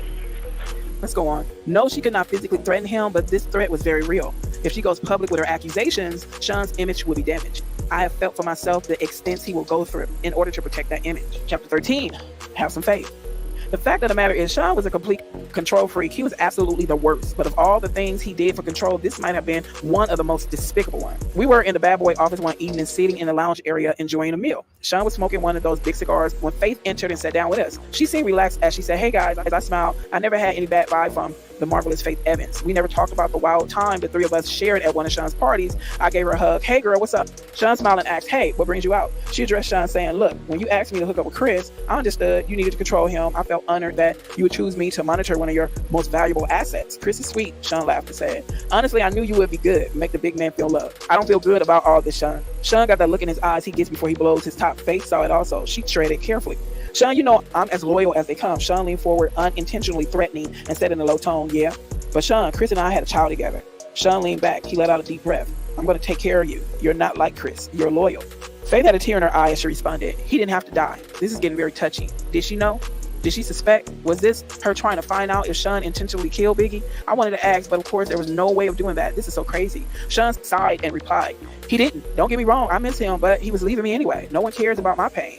Classic narcissistic Sean. It's all about him. I was sickened for a moment, but his next sentence made me feel for him anyway. I wanted to share all this with him. He was my man. Faith couldn't hide the anger that flared in her eyes, but she knew who she was talking to. She was careful as she spoke.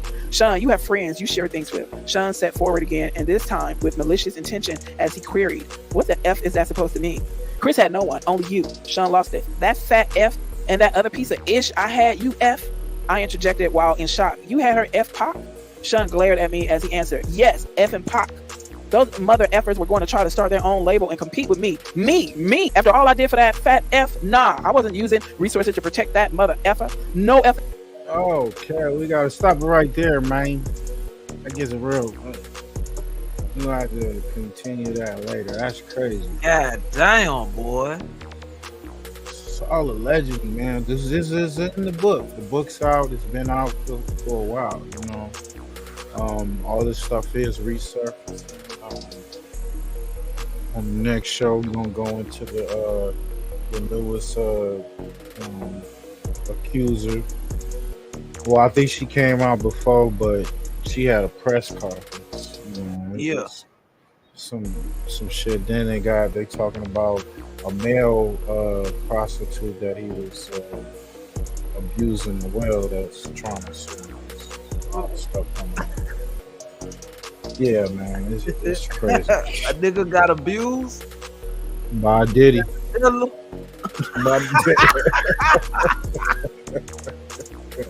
You done put that nigga in this torture chamber. Oh man. Hey, that's crazy. So y'all go check it out if y'all want for yourselves. It's called Kim Lost Words. I mean, it's very detailed though. It's this whole XX push. What you think, man? It does sound like somebody from the West, right? Yeah, it's somebody from the West. It's just you gotta kind of think back at that time right now. Who was what at that time? See, I think like when people like me and Pusha and that age that was back then, I mean, you remember certain things that was said and heard around that time, especially if you was dealing within the industry. So we heard about them stories. Just like now with the Busta Rhymes shit. I've heard about that shit back in the day, 20 years ago. You know what I'm saying?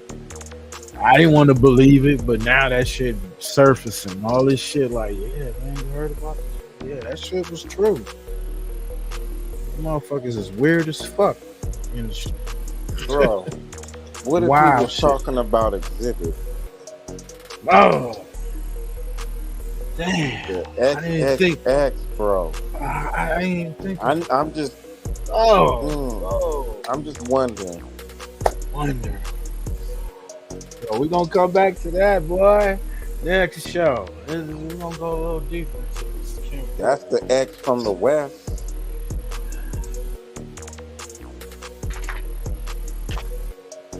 What's your thoughts on it, Nutter? Before we get up out of here.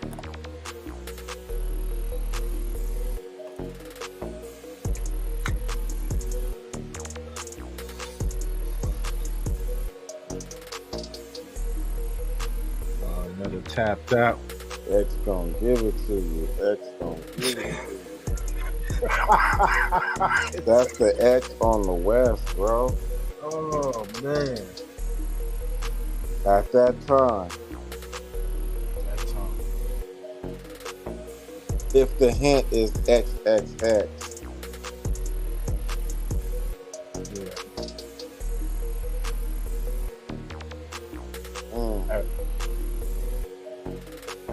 What's your thoughts on the Biggie stuff or the Tupac situation?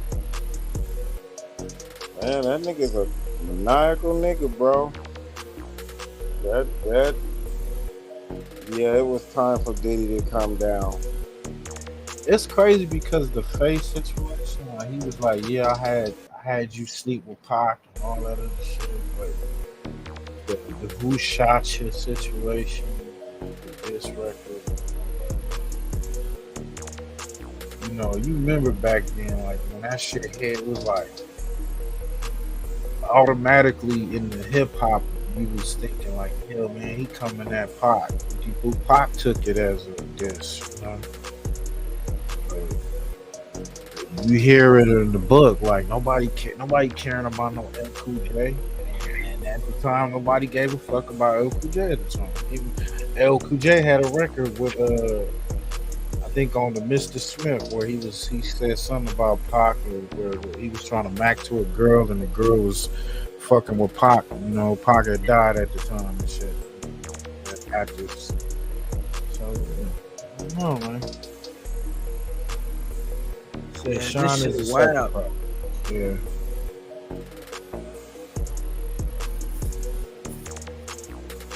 And we're gonna come back this time. We'll come back with the rest of this, and then some Jaguar White. Speaking on, Most definitely got to break down her story. yeah. I would think a lot of people gotta owe her an apology, right? She was talking about this shit for years. They were talking like that lady was crazy. I think she's still a little cuckoo for They Cocoa said Puffs, Gene but- Deal just a hating Yeah, ass yeah. nigga because Puffy don't fuck with him no more. Mhm. Yeah, for sure. Jaguar exposes Oprah's sickening plan for Diddy's after arrest. I don't know if that's some bullshit.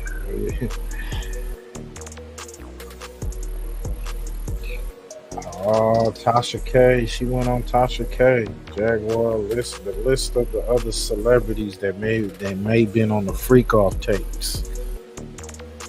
Oh yeah, we most definitely gotta watch that next time. Yeah, we definitely. I might gotta record that junk and disguise their voices and shit so they won't, you know what I mean? Yeah. Definitely. I got you. So yeah, y'all tap in, tune in, man. Share this live, share the channel. Go subscribe to all the channels. Big Nutter, 804, Pushy.Push. The YouTube by the same name. You know, Fam West, No Capping TV.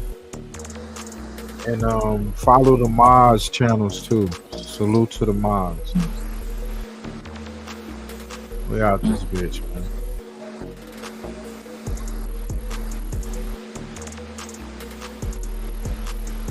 I love the game.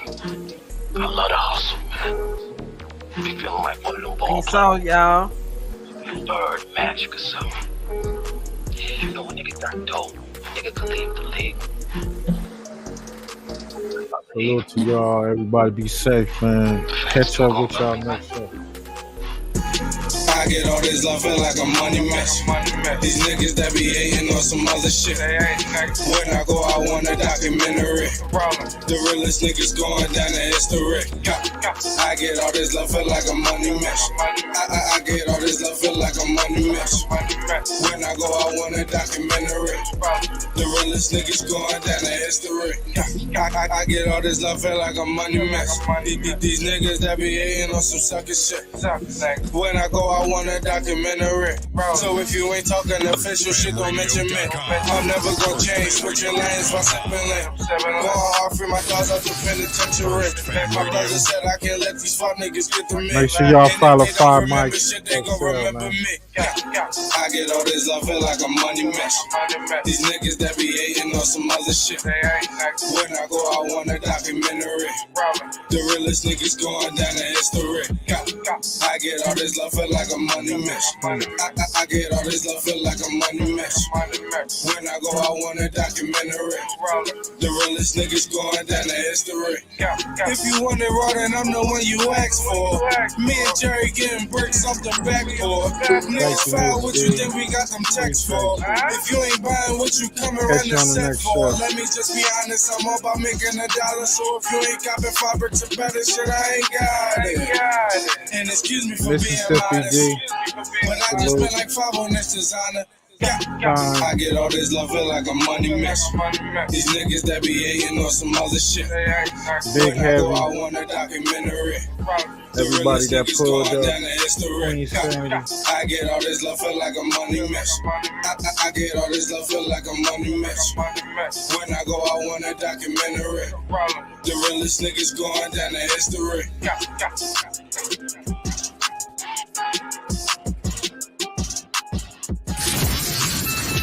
FirstFamRadio.com. FirstFamRadio.com. What up, world? This is Grammy music producer Ryan Ghost Bowser rocking it out with First Fam West Radio and your man's Mr. Illustrator. And on the ones and twos, we got Crazy D. Spin that, man. Tools in the box, haters wanna stop it. Mine's on like cocaine. I'm a fly human being, money is the reason. No, it ain't about those games. Keep the tools in the box, the haters wanna stop it. Mine's on like cocaine. Pure white, Peruvian, take flight, ride the wind, long nights, getting it in. Is this the life of a hooligan? Ninjas on the street, they trying to avoid the chalk. Talk it out, maybe after let the heat spark. Gunshots, bury victims in the dirt quick. Circle of death, calling it the work shift. Mind blown, mind gone. Just took a life he don't care about his own. But this is what the youth talk, turned up. Mommy offered those pills, plus she coked up. Out to celebrate, told it's the last days. Race and chase away the pain of his lane. Ain't no shame, she peeling off her lace and things. FirstFamRadio.com. FirstFamRadio.com. FirstFamRadio.com. FirstFamRadio.com. Got a grip, nigga.